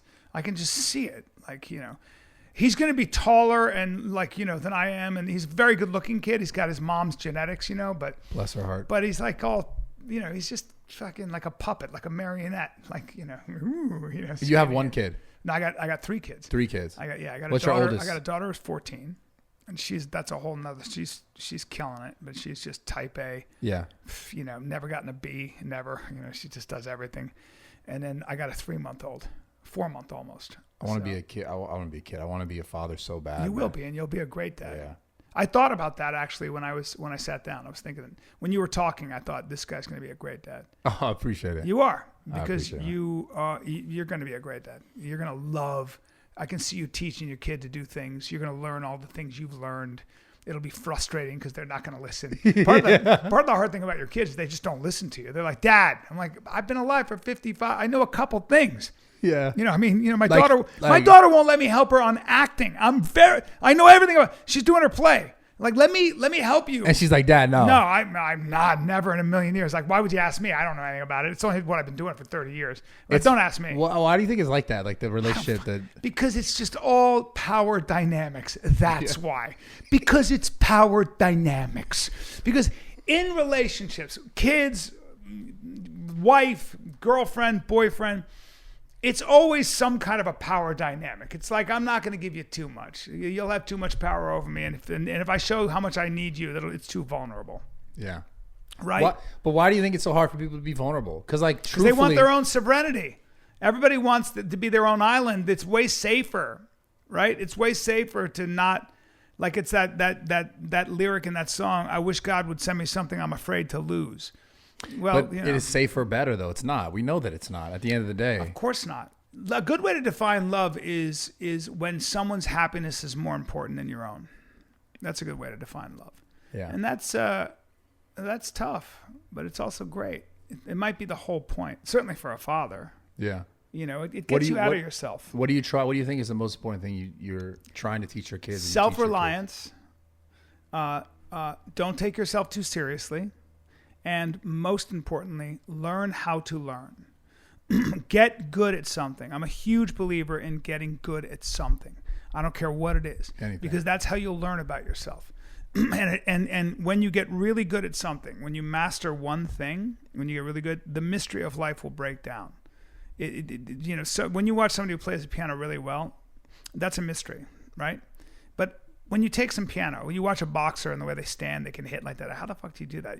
How do you slip shots and stuff? When you get in a ring and you do that for long enough, you're not going to be a great boxer, but it's like somebody gave you a flashlight in a dark room and you were able to look around a little bit. You see a little bit behind the magic trick. And I think that's a really necessary thing because it breaks down the mystery of life and it allows you to not revere human beings, but to understand that there was a methodology to getting to where they got, and you start to realize that the goodies in the world belong to you too. Yeah. You know what I can relate to this is why I got really good at working out, right? Hopefully people see that or understand that. And it's so interesting that you said that and relating it to like everything else in life, because I truly believe that, and I don't think anyone could really even argue this at this point because I thought about it so much, is like literally everything in life is like weightlifting, if you understand this, right? You have a problem, you work on it, it's painful, you get better, you come back. If you want to get better and better and better, you just keep dealing with it. Like you learn what doesn't work, you learn what does work, you learn what hurts, you learn what doesn't hurt. You realize a lot of times your body is, how much tougher you are than you thought you were. Yeah, and everything about it is what you get from it is what you put into it. Everything about, like, even training for like a martial art. It's like if you want to be great at it, you want to be better at it, you have to you have to emphasize it, you have to put time into it. 100%. And it's like it's literally you get what you give. Yeah. And 100%. everything in life is the same thing. If you want to be great at something, like, and this is the thing I always find so interesting. People will like message me like, "Oh, I do this, but I want to do that." And it's like, it's always the same thing. It's like, dude, just spend time on it. Yeah, like how did you get, let's say someone has, and I know this is hard though, because the thing is, as humans, we want everything at once, but you can't do everything at once. Right. It's like, if I want the best relationship, I can't also have like the best business, the best like finance, the best everything. You can't have it all right at one time. Like you have to work here, you lose a little bit of this, you work here, you lose it, and you start to get closer and closer to like that more complete picture, whatever it looks like in your mind. Yep. But it's like, you have to know, and like we're talking about before, like being comfortable about being in like the wave, the drama, the bullshit, and also understanding that you just have to put your energy into the things that you want to be better at. And you have to also understand and sacrifice that if you're doing that focus and that effort, energy somewhere else, to be really great at it, you're going to lose things in other areas of your life. That's right. And that's tough, right? That's the hardest part. Yeah, for me. but sometimes you got to remember, like, so a lot of people have trouble with that, because what happens is when you decide to be really good at something, say it's black belt in jiu-jitsu or learn how to play the guitar, it takes dedication, Yeah. Start your own business. And people go, well, you're leaving people behind. You're leaving your home in a way. You created this home with these people that are like you. Yeah. They're not that successful right now, right? But they're your friends and they're good people, and you're all kind of like trying to get somewhere. Yeah. But then you really decide to get somewhere. You decide, I can't be here. I got to go over there. I got to say goodbye to this situation here. I got to leave physically sometimes, or definitely mentally. I don't have time to do the things we used to do, guys, because I'm after this, right? And it's really lonely and it's scary because you think, I'm going to leave these people, but I miss them. But you got to remember, there are a lot of people waiting for you on the other side of that wall. That's an important thing, and they're amazing. And you're going to go, wow. And it's almost like you get there and they're all waiting for you. Because excellence, when you try to reach for excellence, there are some people waiting for you. Yeah, and you'll be happy that without you a did doubt. there. And that's, it's crazy. I think about this, like you said that, just maybe reminded me of leaving my home and like just moving out. Like I moved away from home. Obviously, when I was 18, I went to 1 year in college, and I came back, and then I went to community college for 1 year, and then when I was 19, like just turning 20, I literally packed all my shit into like this little truck, this little Ford Ranger that I had, and drove down to Southern California with all my shit with a family that I met on Craigslist. Never met them, right? Found it on Craigslist, pulled up, and was like, "Hi, I'm the guy who's renting the room, and I have all my shit." And I remember thinking, like, I just have to do this. Yeah. Like You have to. And I didn't have, there wasn't like this is the reason why, this is what you're going to do. This is how it's going to go. You just wanted to be extraordinary. You wanted to be different. Like, that's how I felt. I was like, I looked around at what normal people did. Yes. In my I was hometown. like, dude, I'm going to fucking die. That's exactly how I felt. I can't do this, dude. Exactly. I can't wake up and go to work and just at the end of the day, my life is just going to be a number. Yeah. No, I want to surprise myself. I want to be an actor. I want to be an artist. Because Yeah. I was so moved. I'd see movies and I'd just be so open, like, or I'd hear like the lyrics of a song. I'd be fucking overwhelmed, dude. I'd see a great story, a movie, and I was like, it would change my life. I couldn't talk to anybody. I'd be so fucking moved and like just by what the song, how the song made me feel. Like how you felt it. Yeah, dude, because life in general is wake up, eat, keep your body temperature at a certain degree, right? Because it's too high, you're fucking dead. Yeah, too low, you're so you need a certain amount of food, certain amount of clothing. You need, and then there's sex, and then there's sleep, and then there's food, and then there's sleep, and then there's sex. Pretty much and there's it. Food. Yeah, and clothing. Okay, cool. And then like I guess you gotta get a bigger house. And sandals. They're not sandals. They're toe flip flops. Yeah. Anyway, but then what happens is there are moments in your life that you hit flow, that you hit this state of high relief, this sort of this point where you forget you're human, for lack of a better expression. Yeah. When you hear great music, when you see an amazing movie, when you truly have intimacy with somebody for a moment, and you love that person, and you forget you exist. When you accomplish something you didn't think you would accomplish, it's almost like stepping into a new, like you feel the breeze on your face because you stepped into a new dimension. You surprised yourself. You shocked yourself. You fulfilled that next jacket that was waiting for you in that closet. That thing. Those are the moments we stay alive for. Those are the moments that are, that's called inspiration. Purpose. And that might be inspiration, purpose, and that might be where religious awakening comes from. That might be very well what people talk about when they say, I touched God, I saw God. I think that's what happens when people take psychedelics. Because when people take psychedelics, what happens is they go, there's something more out there, because I forgot about all the things I worry about. I forgot about everything, including death. I forgot about it. When you took psychedelics? Well, that's what happens. When you hit those moments? Yeah, when you take a lot of mushrooms, when you take DMT, that kind of shit. Have you done DMT? Yes. Okay, I haven't. did I'm the afraid real of that shit one. too. Oh, dude, if you do the real afraid shit, of I that did it one. with Aubrey Marcus. That's who. Bro, That's guy who invited me to come do it. Dude, do it with him. That dude knows how to take you on a trip. Okay. He took Brennan and I on a Okay, trip. I got to do it. Dude. I love Aubrey. Oh man, he's dope as fuck. I love him. I haven't talked to him in a while. I hope he's well. He's doing good. It's the last time I remember he's doing good. Yeah, but he took Brennan and I, and we did a ceremony. I smoked that shit, bro. I went somewhere else. And what was your experience like on that? Like, I'm a little too old to have a life-changing experience. No, you're not. You know what I mean? Yeah, you're like fucking dumb. I did see sacred geometry and shit. I saw it all. Okay. But even in the middle of my trip, the deepest trip, I was like, this is very cool. I'll be sober in a little bit, and I'm getting on with my life. But I like that there's something out there. I've done the mushrooms. I get it. But too old to, see God at this That's point. fucking hilarious. Yeah, I find my inspiration in sobriety. But that's okay. But you enjoyed it. You enjoyed it? Yes. Yeah. Yeah. Did you take anything away from it that was like profound? I probably did that with mushrooms when I was much younger. Got it. Which forced me to change everything about my life. Yeah. Basically, to stop lying. Stop lying? Yeah. Why were you lying? We're always lying.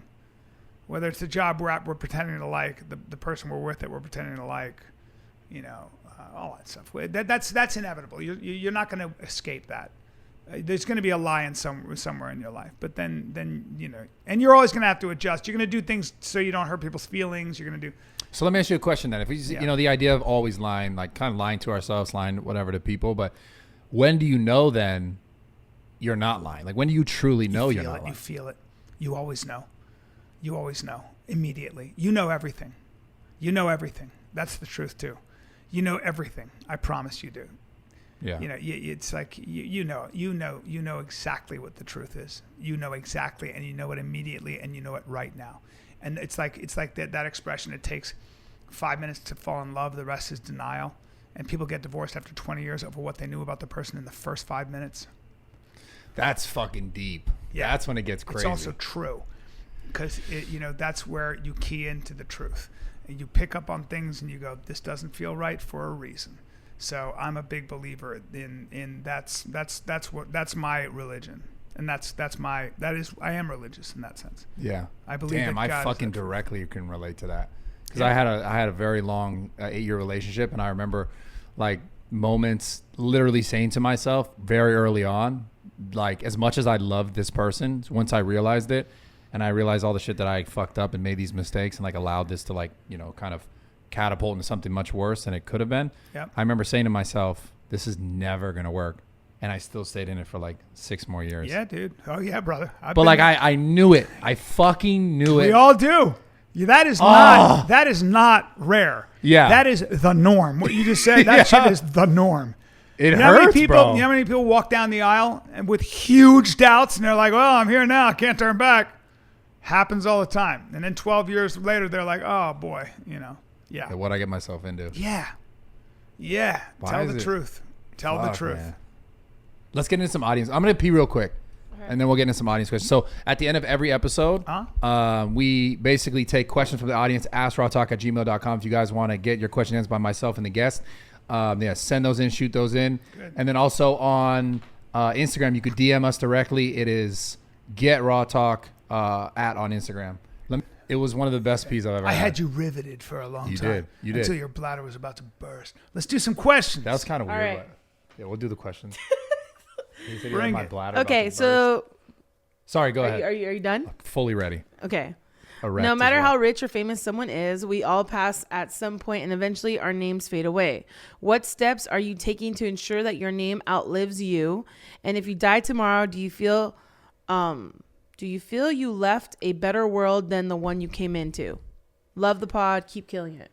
I mean, I don't think that's how I love that question and I appreciate it, but I don't even think that's the point. I think what you can do is make your immediate surroundings, well, maybe not even that. What you can do is make yourself the best example you can make. That's all you can do. And that's powerful. It's way more powerful than you can probably imagine or measure sometimes.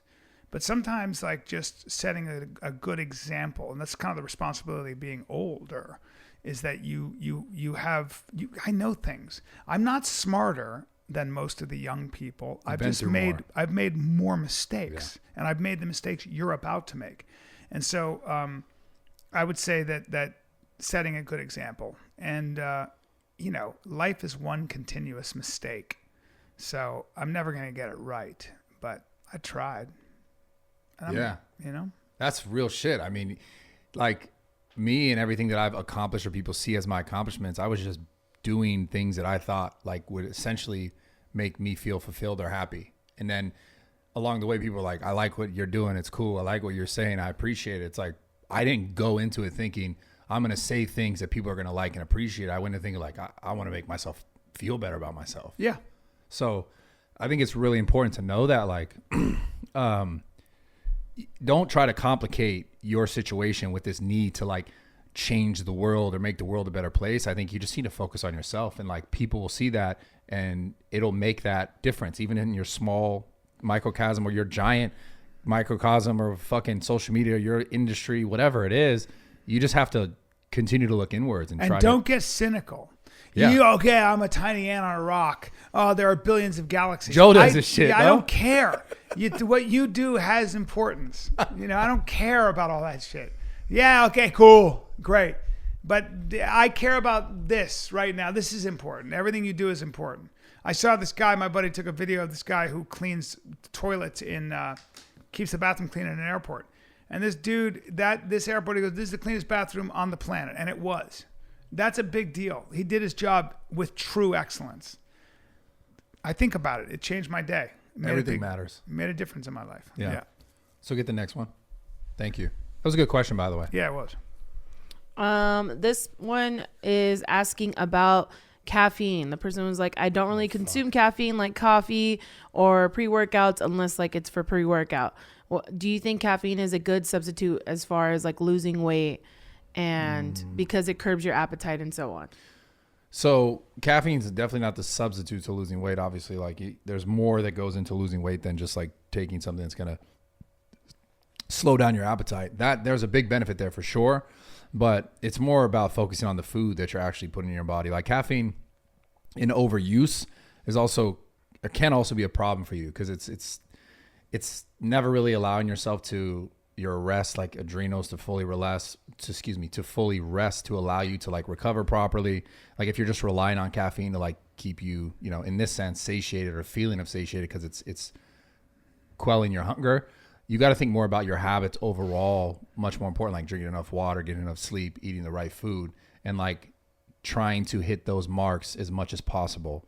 That's 10 times more important than like drinking a bunch of caffeine. And I would say like any supplement, it should be that exactly. It should be a supplement, not something you're just like, this is replacing this or that. You know, it's a whole big picture thing. So Yeah. I love coffee. I love coffee though. I'm always going to drink it. Yeah. Yeah.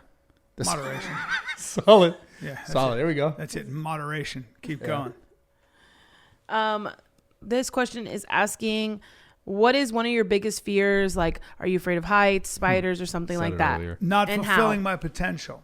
Yeah. Not realizing who I could be. That's my biggest fear. It always has been. Not being as good as I can be and not taking the courageous path, rather the easier path. That's what it is. Yeah. Yeah. I mean, I think I'm spot on with that too. I just relate my relationship to that fear is it just in death itself, because it's like not doing that and then I'm gone, Yeah. you know? And Yeah. yeah, straight up. That's your only fear? You're not afraid of like spiders No. or bugs or something? I mean, I'm not like, hey, I want to pick up spiders and touch them, but like, I wouldn't be like, oh my God, like this is a scary thing. Crocodiles scare the shit out of me. Like, Rick, really? Fucking scare They're the dinosaurs. Dude, They're huge. dude, dinosaurs. Saltwater crocodiles could give a fuck. And when I see people in Australia in the outback just fishing up to their thighs, Or Florida. how do you think that's going to end? Yeah. How do you think that's going to end, bro? And all of a sudden a crocodile takes you. It's like they're dragons without Which wings. is the one that's more aggressive, crocodile or alligator? Crocodiles. Alligators usually are like, I'll avoid you. Crocodiles, saltwater Will come crocodiles. kill you. You're food, bro. Yeah. Yeah, you're food. They love you. Nile crocs, enjoy that. Yeah. Salties. Yeah, no, I just, yeah, that's just my. You swim in the water with a salty once. That bitch kills you. Yeah. And you Give just, us another one. Give us another one. Okay, so it says, in my opinion, you for Brad, and then I guess it could apply to you as far as like in comedy and so on. Brad is like the fitness guy on social media. So do you think there's anyone else in the industry of fitness that will take your place, as you know, when Never. the time comes? And then with you in comedy, do you think there's someone else that will come like behind you as well? Like that's what the question is. I mean, there are a lot of people behind me and in front of me. So. Yeah, I don't know if it's so much about like worrying about someone taking your spot, because I don't think that's ever a no throne. possibility.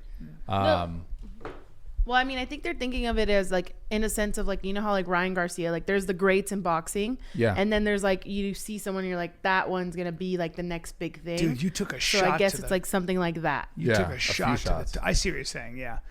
Who's the future of comedy and who's Chris Stefano is fucking great. Chris Stefano. Yeah, he's hilarious. Schultz, of course, is hilarious.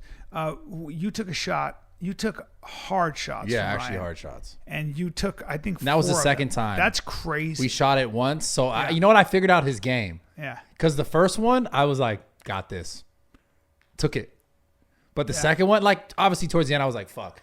But the second one, but it nobody can do would hurt more faster. Shit. Because he filmed the second time, I was like, well, that got me a lot quicker. Because I think the first time I took like 6. How tall is he? My height? 5'11"? Yeah, he's about your height. What do you think he weighs? 180 maybe? That much? 170? What do you think he weighs? Yeah, I thought you said he was like 160. Oh, Yeah, he's he's light. he's light. 160. But he can hit, Oh, that motherfucker. And he knows where to hit. of course. He knows exactly where That's to a hit. guy who's been throwing his right and left hand since he was 7. But I've never seen anybody take that. You are a physical freak. That's freaky. I can't imagine what you'd be like if you trained. Yeah, like actually Like a trained. tiny bit of technique would go so far with you. It'd be just so stupid. You could learn like 3 techniques and everybody would be in trouble. Yeah. I think about it still, man. I think I got 2 more years to decide. Yeah, I mean, would love to. I don't know why you don't train jiu-jitsu. I mean, I do it here and there. It'd not get in the like- way though. You get injured and shit. It's just like Yeah, you know. fucking your shoulder up. Yeah. I don't know. I'd love to do one of those influencer things, but it's like you got to find the right one, you know. And then in that case, it's You like, need a fight. yeah, but then in that case, You're it's so like, much bigger than everybody is the problem. So Right. it's a lose situation. yeah, You know, if you fight Logan Paul, he's just so much bigger, and yeah, I don't know. that'd be sick though. Yeah. That'd be the best one, but But it's you like, can't lose. But then if you win, they're like, well, of course, you know. yeah, You know what I mean? yeah, it is what it is. I feel like that's how, like Jake is like trying to get his boxing career to a point where it's like, you know, if he loses to like McGregor, then they're like, well, yeah, it's McGregor, of Yeah. course, which is smart. I mean, those guys are Well, smart. he's very smart in how he picks his So opponents. smart. I mean, Michael Bisping doesn't have an eye and literally has no knees. Very smart. Yeah, but it's like, you know, and I think Jake knows because he spars a lot, and I think he's in the gym a lot. Like when you spar the way Jake does and Logan does, like when you're in there, because they spar with guys, real guys.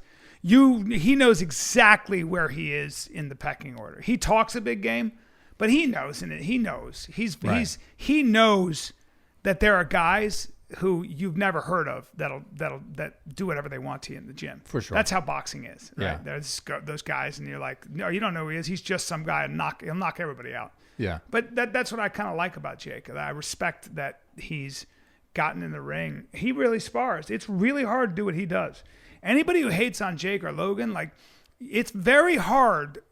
You know, you can pick apart his technique, and it's very, very hard to get that good that quickly. Because what it means is that he's in the gym sparring and getting hit. And when you have to wake up and you have to go fight some dude who really knows how to fight, you don't know if you're getting knocked out that day or if you might get your retina detached or you're going to get some CTE. And he's doing it. Yeah. Those boys have a work ethic. Without a doubt. And they play the heel and all that, you know, but it's all part of the game. Yeah. You know, No, it's I fun. agree, man. Crazy work ethic and a ton of know-how to like fucking finesse. Like, And they're athletic kids, man. They're Yeah. kids. To me, they're kids, but they're athletic guys. yeah. They're athletic, strong. You know, I only met Logan, who I liked very much right away. Yeah. He's a sweet guy, man, and, Yeah, he and a is. humble guy actually. He's beautiful. It's hard to be humble when you're that good looking and tall, and accomplished. But they come from, I think they come from a very good, tight, like family with real values. That's what it feels like. Yeah. Both. Yeah. Logan's a real nice guy. Yeah. Every time I've ever talked to him. So. Yeah. One more question. You want to do one more? Yeah. One more Sure. for the Okay. road. Let's see. I just lost it. It's all good. I feel like you asked some of these questions. Like, did you know we were gonna What? like that first question about like life and all? I feel like it was like related to our conversation almost. No, that one was like completely random. Oh, and then shit. some of them were like, yeah, I just scrolled through some of them. This one is specifically for Brad. It says, you often still get emotional about your father's passing. Have you not come to peace with it yet? Yeah. I mean, well, That this was is like the how. yeah. I mean, this is the thing we talked about earlier. Like I was saying, like it just feels like yeah, I'm way more at peace with it than I've ever been. But like, it's still something like in my heart that I just can't. It's like I can't stop from feeling that. Yeah. Like straight up, I mean, it's not like it was when I was younger. Like my confusion around it is different now because I have a much greater sense of purpose in relationship to like, you know, everyone listening and like watching this stuff and watching me over all these years and like, you know, talking to people in person, being like, I watched you since I was fucking 14 and the things that you taught me, I'm this man today. And like looking at me as if I'm some father figure, like that's full circle for me. So it's like, Yeah. I could be like, wow, that never mattered. But yeah, there's just a part of it that no matter what, it's like sad. there. Some things are sad, you know. That's like that is the one thing. Yeah. But at the same time, I think this is important. I wanted to say this earlier, but I didn't say it. Was it also gave me so much perspective in that I know that I can deal with. You know, what you're talking about getting out of anything, Yeah. coming back. If I lost it all, come back and do it no matter what. Yeah. I know that that's true because this is the thing that I realized when I was younger. I was like, I'm never gonna go through something harder than that ever again. Exactly. And that's the thing that I've been like, holy shit. Like if I can go through that the way that I did, I can go through anything. Yes. And that's what I've learned from it. So, you know, it Isn't is that still funny? That's a huge gift. yeah. God, it's That was such the a best gift. thing I ever learned. Because that's another way of saying that is that you know you can rely on yourself. You know that you can get you out of any situation. Yeah. That's a big gift, dude. That is called, that's sovereignty. That's independence. Yeah. We've solved a lot of problems today. We did. That was it. I want to thank you guys for listening. Yeah. You know what? It's like, I feel like we need to get you a pair of moccasins. Well, you became that and guy. I think we need to get you a pair of Toho flip-flops, and you're going to be deadlifting. I want to see you deadlifting your flip-flops. I will. With the Herman Oak. I want some saddle leather on. I'm dead serious. I want those. I swear to God, I'm going to have them. I honestly saw when they came in. I was like, I want these. I'm going to sell you. I'm going to show you. Not sell you. I'm going to get them for you. You already sold me 100% on these. But I want to show you the options because we got dragon, we got koi. I'm saying we. I'm going to fuck my feet up right now. I know. There you go. See that? Look at that. Your poor feet. Put them in a coffin. Yeah. Free your feet, man. But that's it. I love you guys. Subscribe to the fucking YouTube channel. Check out Bryan and all his. So where can they find you? Look, I'm shooting my special at the Brea Improv May 19th. Get your tickets. I got a very special opener for coming in. May 19th, my special. Still some tickets left. I'll be at the Stress Factory with Joey Diaz this weekend. If you get this, when is this dropping? This podcast? It'll be next. Yeah. Okay, next week. Tuesday. Okay, so actually this coming weekend, then I'll be at the Comedy Loft in Washington, D.C., and then May 19th is my special. Come check it out. Show him love. Fucking amazing guy. Honestly, I wasn't expecting the fullness of this conversation, but I really appreciate it. I love it, brother. Yeah, you're fucking awesome. Thank you so much. Thank you. All right, we're out of here. Subscribe to the channel if you're on YouTube. Drop a comment, drop a like. If you're on iTunes, drop a nice review. I love you guys. I'm out of here. Look I went to go take my headphones off and they were already 2 hours. That was good. Look I went to go take my headphones off and dude, that was 2 hours. That was good shit. Fuck yeah. Isn't that great? Yeah, you crushed that. Dude, I love it. I love doing it. I knew it'd be good because I knew you'd be fucking talking. I appreciate you. You're the best, bro. That was so much fun. Let's snap a photo real quick. It's about time we did it too. Because we got along so well. I was just like, Cool. Yeah, hell yeah. Cool. Dude, I'm sexy. Still, yeah. Oh man, you gotta pee out my huge dick. That's how I feel sometimes. I love you guys. Subscribe to the channel. That's it. Raw Talk, #1 podcast in the fucking world. You already know what time it is, and we're just getting started, baby. That's right.